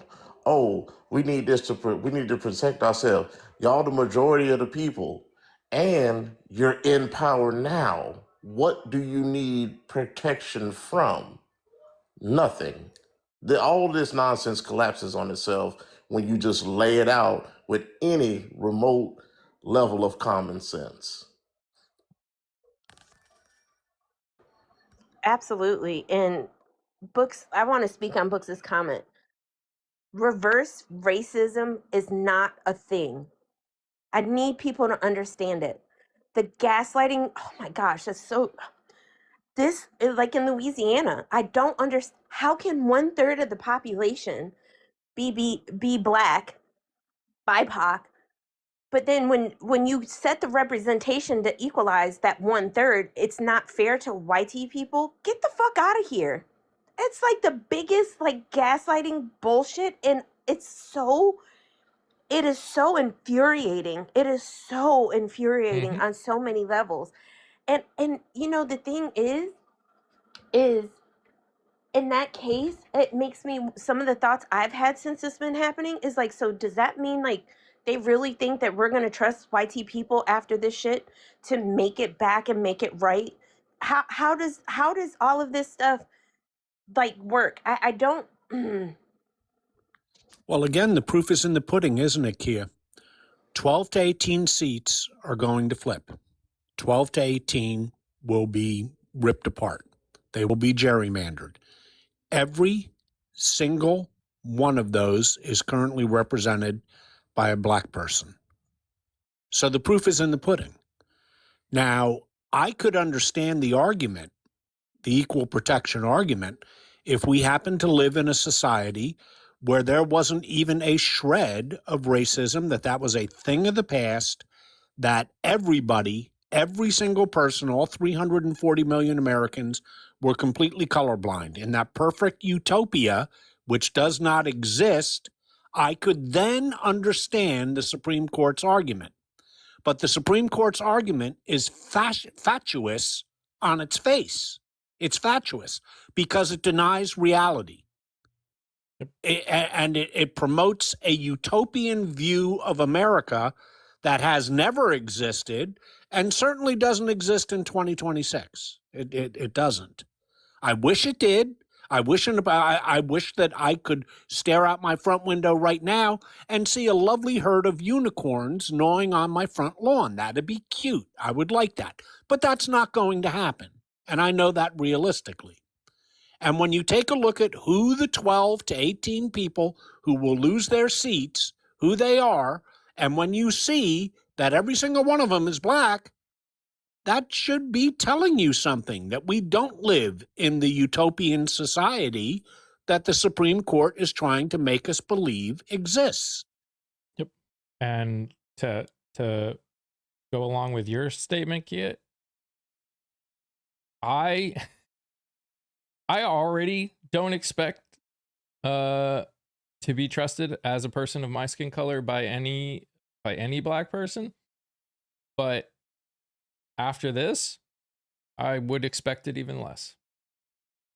And the fact that anyone, if you are of my skin color and you are hearing this and going, you know, I don't know, you are, if you or anyone you know is even a tiniest bit unhappy about the Supreme Court decision because they understand racism still exists and is real, you need to get them to speak out. You need to. That's the only way we are going to move forward. That's it. I'm, you know, What I don't get, Mike, I'm sorry. No, I go. cut you off. I apologize. No, you're good. Okay. What I don't get here is that the Supreme Court, on the one hand, with the 2019 Common Cause case, said that gerrymandering is okay. And on this case, a couple weeks ago, they said, you know, racism, what's that? We never heard of it. Doesn't exist anymore. So there's no need for Section 2 of the Voting Rights Act. That is intellectually inconsistent. And I'll tell you why it's intellectually inconsistent, despite the fact that it's obviously utopian. When they say that gerrymandering is okay, gerrymandering on its face is discriminatory. On its face. So if you're saying that it's okay, you are saying that, well, discrimination's okay, but don't worry, there's no real racial discrimination anymore. Wait a second. It's one or the other. It's one or the other. You cannot intellectually justify the 2019 case with the case that took place just 7 years later. The two don't match. Because gerrymandering on its face, no matter who does it, and the Democrats do plenty of it, and I would encourage them to do more now to make up for the 12 seats we just got stolen. But on its face, it's discriminatory. Mm-hmm. So you can't have it both ways, Supreme Court. You cannot have it both ways, and yet they're doing this with a straight face. These are not stupid people. They know exactly what they're doing. Mm-hmm. And they're being intellectually inconsistent, and that's what pisses me off. You know, and listen, you should be pissed off about that, Scott. We all should. And you know, check this out. This is what's wild. This is what's wild is that they are trying to stop places that have just one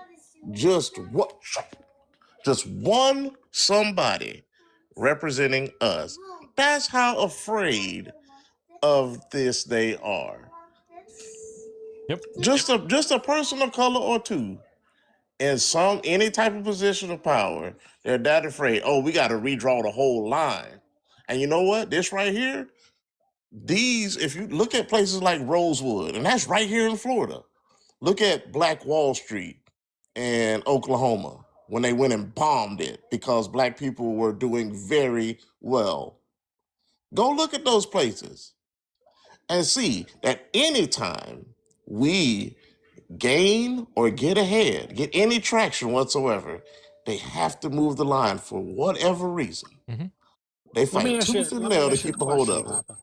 And check this out. I want to ask Inky a question. Yes, go ahead. If we lived in a world where instead of voting 90% Democratic, black people voted 90% Republican, okay? Mm-hmm. If they voted 90% Republican, would the Supreme Court have decided the way they did a couple weeks ago? I don't think so. Of course they wouldn't have. Because they would have already had them right where they wanted them, effectively. We've already had them under their thumb. Yeah, exactly. If they had the votes, which goes to show this was not based upon some utopian ideal, this was not based upon the Equal Protection Clause of the Constitution. In fact, this was a predetermined political decision by the Supreme Court. It was all political. Yep. Because if black people voted Republican, this decision would never have happened. Which is why you want to say something, Kia? I thought he said he asked a question to me and Suge. Oh, yeah, you can answer. Or Sorry. did you just say Suge? No, I said Suge No, and Kia. Yep. he said both. Go ahead, Okay. Kia. Yeah, you're exactly right, because then they would have been and what Suge said is because we would have been doing exactly what they wanted us to do, and they would have felt like there's no need, because they wouldn't. It's like a fear tactic. It's like those birth rate numbers scare the freak out of a lot of them. It really truly does. I'm telling you, there's so much hate and fear, and people don't even realize it. It's insane. But absolutely, they would not have voted the way they did. And the fact that the three that voted, that keep speaking out against it, because I also saw that they said that Alabama can go ahead and do it after, even though, it's what Jackson is saying, what Sotomayor is saying, especially them two, like, y'all, like, they're straight up saying exactly what we're saying. And that's the crazy shit. And then you get ignorant ass people that come in here and saying, oh, they're doing the right thing, they're ending the Democrats' racism. What the fuck are you talking about? Well, Kia, once they eviscerated Section 2 of the 1965 Voting Rights Act, the prohibition of that's on the state of Alabama until the year 2030 was no longer tenable. So you knew they were going to rule the way they did on Alabama. You knew that was coming. And stay hydrated. I want to make this clear. Not by the Constitution's choice, but by the Supreme Court's choice. The Supreme Court changes the Constitution all the time. That is, I guarantee most, if not all, of the decisions that are getting made have nothing to do with what the people that wrote either the Constitution or the amendments had in mind. We know that. There's already talk, there's video of a Republican representative who sat there and went, I can't wait for the Supreme Court to overturn the 14th Amendment. Well, they can't, but they can, just like they can interpret it. They can interpret it in such a way that it is basically rewritten in its own right. That's going to be a tough one, because the 14th Amendment, unlike other amendments, is written in pretty straightforward, clear language. So even this court I don't think we'll be able to do it. And if they do, then you know what? There's going to be big trouble. And we'll see what happens on this birthright citizenship thing. Even this court is not going to agree with the Trump administration, I don't think.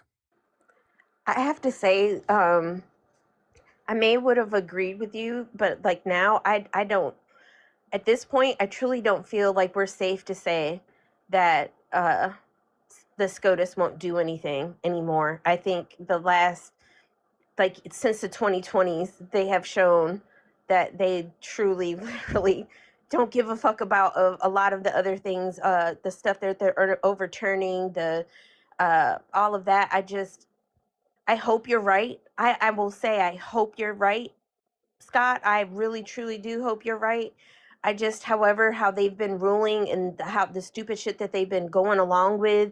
Also, just like how they're supposed to, usually they have like a weight limit after, a certain thing, but they're pushing shit through and all this shadow docket stuff that they keep doing. I don't have faith in the Supreme Court like I used to. I agree, Kia. And as an outsider, I'll look at this objectively as an outsider. I would not at all be surprised if they did something to make adjustments and changes to the 14th Amendment. I would not be at all surprised if they did everything humanly possible to overturn all sorts of previous precedents to make sure that whatever nefarious plan is behind this whole Trump administration, and I don't even think we have any idea or clue what the whole plan is behind the scenes. I think, personally, and this is my personal opinion for whatever 2 cents it's worth, I think, as sadly I hate to say this, they're going to do whatever they have to support the Trump administration's plan in doing whatever they're doing, because that was why they were put there. I hate to say that out loud, but because I know exactly what I'm saying by saying that out loud. But unfortunately, it is what my gut says is true. It's what my gut says is true. Okay, well, here's the way our system works. The Supreme Court has to follow the Constitution. Any rulings they make fall underneath the Constitution. Yes, they interpret it, but they still have to follow the Constitution. So it's going to be a pretty thick rug to try and get rid of the 14th Amendment. There is no mechanism to get rid of the 14th Amendment. It doesn't exist. They have to follow it. And the 14th Amendment is very clearly written. So even in their interpretation powers, it's going to be difficult. But I do share Kia's concerns, and why not? I mean, we've seen Roe v. Wade go under the bus. We've seen the. It's important to note that what they did 2 weeks ago was a law, not the Constitution. A law they can throw out as unconstitutional anytime they feel like it. That's within their purview. But the Supreme Court cannot change the Constitution. They don't have that power. No, look, I'm gonna just illustrate something to y'all real quick, and anybody can fact check it if need be, but I'm pretty sure it was in Alabama. They had it was either maybe a tornado or flood warning, some emergency warning that was going on, and you realize that they pretty much put that on hold to hold these special elections to do this foolishness. You're talking about the actual loss of life, and they still managed to get out and put votes behind this foolishness. That's how concerned they are about this and with staying in power. And on that note, Tiffany, this is exactly what it's about.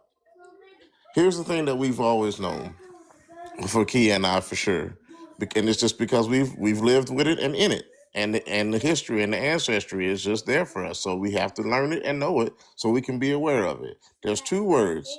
There's covert and there's overt. Covert is when they hide, they say things behind closed doors, they have those stupid racist group chats and all that stuff. That's covert. They don't want nobody to see that. But it's a way for them to keep that hatred alive in their heart.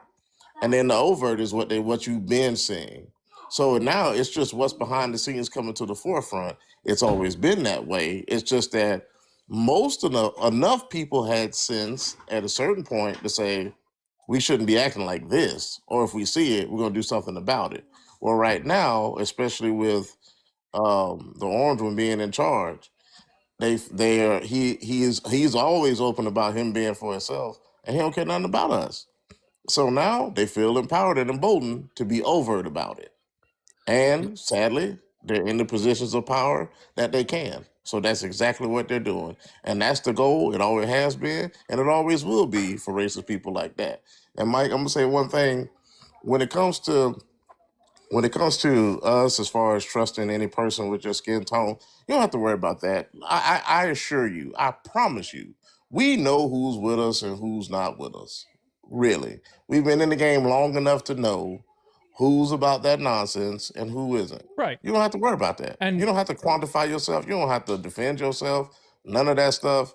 And I'm not saying that's what you were doing. I'm just saying, like, overall, don't worry about it. But that's a great thing for you to say, though, because this is where the problem comes. So like when I did the all women till it's no women stuff, I had a huge, long, just vacuous argument with this guy on Insta about it. And the thing that people don't realize is that those statements do not, when we say these kind of things, like, I know you guys have the statement is, my statement was for white people to understand. I can only be who I am. I don't worry about it. I just do it because I listen to you. I listen to Kia. I listen to other BIPOC people in my life about what they're experiencing. Because I have empathy, I know what things, I listen to them when they say, this is what these things mean. This is what's going on. Blah, blah, blah, blah, blah. If you look like me, what you have to do is care.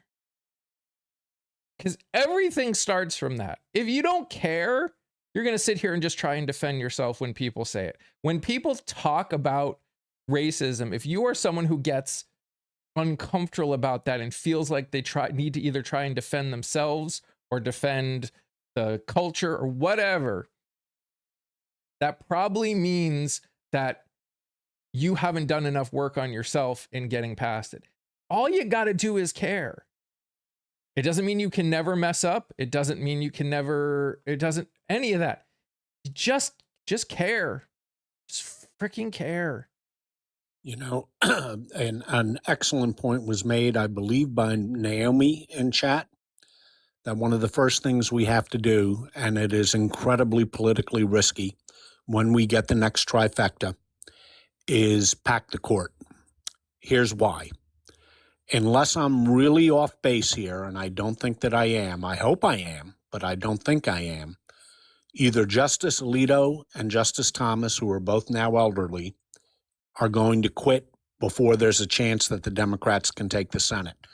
I would not be surprised if they quit at the end of June, at the end of this term. That would allow Trump to appoint 2 young people to the court. He would get them in, because all you need is a majority, no 60 votes needed. And that would lock in a radical majority of the Supreme Court for the next 30 years. Desperate times call for desperate measures. I know how politically difficult it would be to pack the court, but look at what you get. You get a new Voting Rights Act. You get the end of Citizens United. You get a new Roe v. Wade. The list goes on and on. You get a ban of gerrymandering, period, across the country. You get a chance to remake our Constitution and, remake our laws, upheld by a new Supreme Court that would transform this country more than any time since the 13th, 14th, and 15th Amendments after the Civil War. It would, just as they were a rebirth of America, this could be a rebirth of America. Is that a gamble for the Democrats? You're damn right it is. It's a huge gamble. May not even be popular. But when you're talking about saving the country, it's a risk worth taking. And here's another thing to go along with that. The other thing that we need to do is start paying attention and giving visibility and name recognition to people that are running in state seats. Because here's the reality. You want to actually fix things, like constitutionally fix some of these issues, then you need to get people into state office that will vote for constitutional changes. That's the only way we're going to change. We have even a chance of going any farther with a lot of this. A lot of what Scott is talking about, what we've talked about, yeah, I think it's important. I think it's stuff that we do. But it definitely, oh my gosh. Okay, buddy. We need 3/4 of the states to, if we want to actually create if we actually want amendments created to the Constitution, things that are much more difficult to overturn, we need people in state seats. So if you don't know who your state representatives are, know who your state representatives are. If you have friends, family, whatever, that are only focusing on federal, make sure that they're paying attention to state too. And watch these videos of not just myself, but so many other people that are trying to help get the word out about these state offices that are running. So we can really make the changes, because some of these states like Georgia and Texas and Indiana and Iowa and Ohio, like there are just so many people that are running for state seats that just need that need support. They need name recognition. They need financial support if you can do it, especially if they're in your district. Like these things, this is when we say we got a lot of work to do. I will say it again. This is the kind of thing that I mean when I say we've got a lot of work to do. We need to have these conversations. We need to learn how to have conversations. Yes, that's all necessary. But if we don't put people in office that want to make these changes, no, it doesn't. in the end, we're gonna sit here in circles again. Can I Yeah, clarify? oh, go ahead, I'm kid. sorry. I wanted to clarify a comment I had made a while ago in the chat, and it just kind of got away. But non-useful when I said Steven. If you haven't ever seen the movie Django, Steven is the character that Samuel L. Jackson plays. How we talk about Uncle Tom's and Uncle Clarence being an Uncle Tom, Steven is another term for that. Somebody who was like literally willing to sell out their own folks, like Mr. Thomas likes to do, to get ahead, and to think that he's I can't say the words on here because it'll definitely, even I can't even figure out a nice way to filter it. But yeah, that's what I mean when if you hear people call Mr. Thomas Steven, that's what they're talking about. And if you've never seen Django, just like Google what was the role of Steven in Django, the Uncle Tom part. That's exactly what Clarence Thomas is. You know, Mike, I agree with what you're saying for two reasons, really. The first is that, you know, we spend, and I understand, we have people from all 50 states and from many different countries on this chat. So by nature, we talk about the federal government a lot. We don't emphasize the importance of state governance. But state governance, if you take a look at it, 90% of your interactions with government per se is at the state and local level. It is not at the federal level. That is how important it is to make sure you get the state representation you want. And the other point I wanted to make is everybody's focusing on these 12 to 18 seats, again, because we talk about the federal government, but the Supreme Court ruling gutting the Section 2 of the Voting Rights Act also applies to the states. So now they can gerrymander out black state representation as well. So that's something to think about, because where do our future leaders come from? Invariably, they start at the state level and work themselves up. And if you're eliminating an entire group of people from state representation and congressional representation, what are the odds they're going to rise to the top? It makes it a lot. I'm not saying it makes it impossible. It doesn't make it impossible, but it makes it a hell of a lot harder. And we're all the poorer for that. And it's interesting. If you look at, again, we always say this, and it's true. If your vote didn't matter, they wouldn't be spending so much money and time trying to make it, to either disenfranchise votes, make it harder for you to vote, or try and get you to vote for them. Like, if they didn't need to spend, if your vote didn't matter, they wouldn't be spending literally billions upon billions of dollars to make it possible. But even more than that, if you don't understand how important it is that how important your state representative is, just look at Indiana. Their state representatives, the Republican, I'll admit, Republicans, they still did the right thing and voted to not gerrymander that, this year. So what did Trump do? He spent millions of dollars to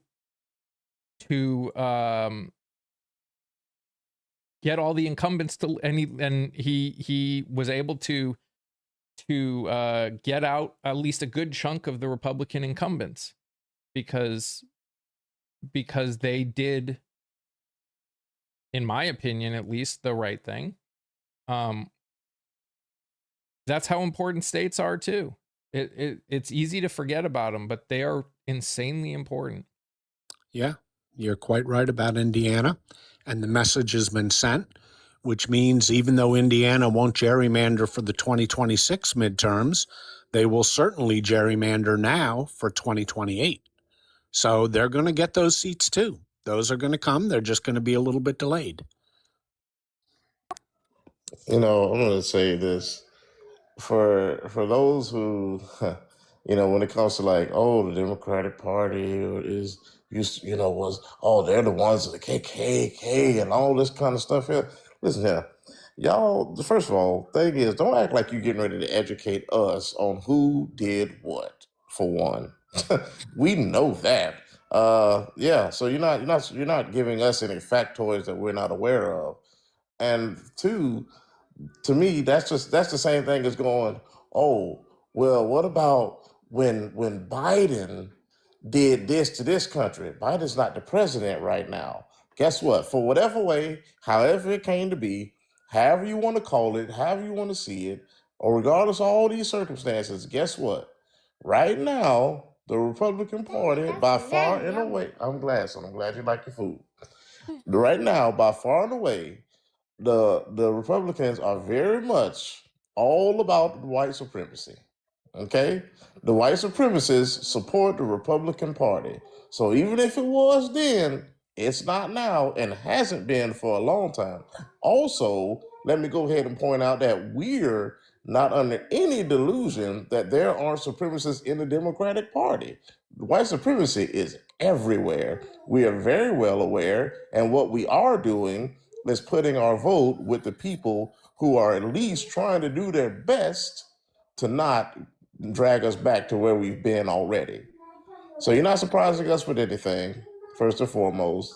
And right now, this is where we have the best chance to get away from the nonsense that has been happening since the Papa, you inception still of this there? country.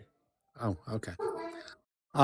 You're quite right, Papa. And I think everybody on this panel and everybody in this chat knows full well who the Dixiecrats were from 1870 to 1970 for almost 100 years. Well, really till 1965. We know who those Dixiecrats were, and there isn't a single one of us who defends them. Not one of us. There aren't too many Strom Thurmond defenders around here. There aren't too many George Wallace defenders around here. So we don't need the history lesson. But the bottom line is that ended a long time ago. And now it is, as you said, Papa, it's really, the majority of the problem is in one party. And by the way, I voted for a lot of Republicans in my life and applied not any in the last 10 years, I'll tell you that. And we're well aware of the history of the Democratic Party.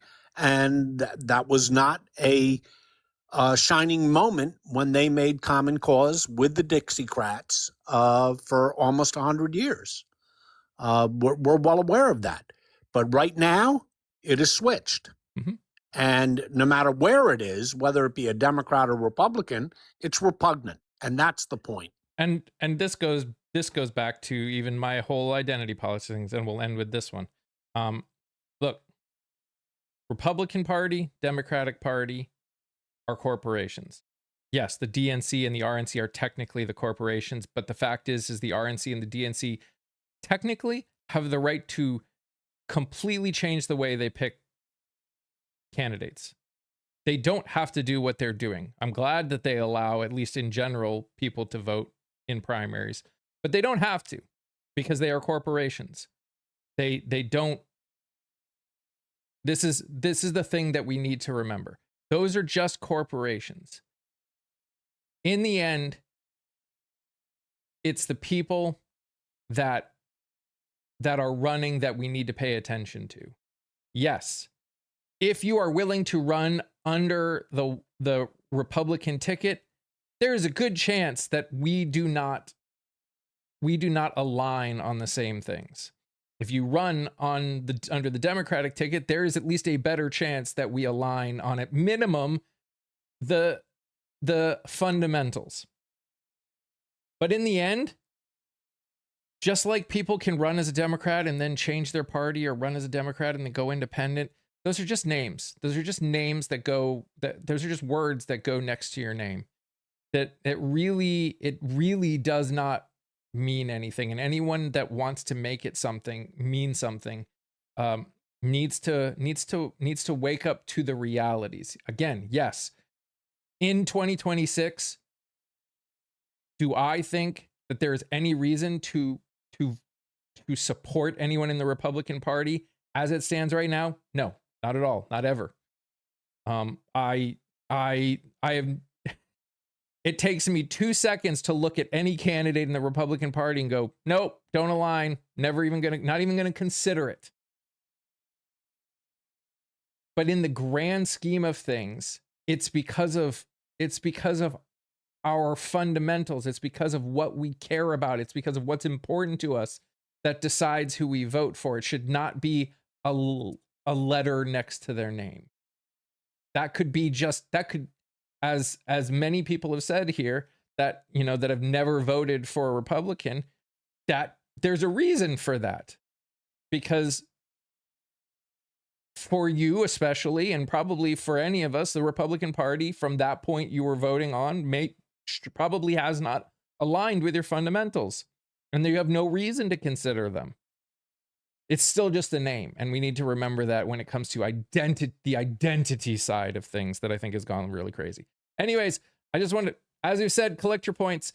Make sure you go follow over on the tube. As I've said before, starting next week, there's going to be some goals that are going to go along with the tube. If we meet those goals, we're going to do a giveaway, because we're trying to grow over there, because there's some issues here, and I want to expand what we do. And I think we have the capability of expanding more long-term over there than we do here, especially if things keep going the way they're going. I will see you guys tomorrow. Thank you for the likes, the shares, and the gifts on both sides. I appreciate you all so much. Please go watch the videos of the candidates if you have the ability to give. Thank you to everyone that's given to the GoFundMe. It means more to me than you know, making it possible for me to do all these amazing interviews with some of these amazing people and really get to know them, especially in these areas where we're trying to flip districts. So that's going to be a huge part of it. So I'll see you guys tomorrow morning. You guys are amazing just the way you are, and I love you all very much. Stay safe, stay healthy. Remember to sing, laugh, dance, smile. Go get some sun. Go get some vitamin E. Do something that makes you happy. Bye, guys. Bye.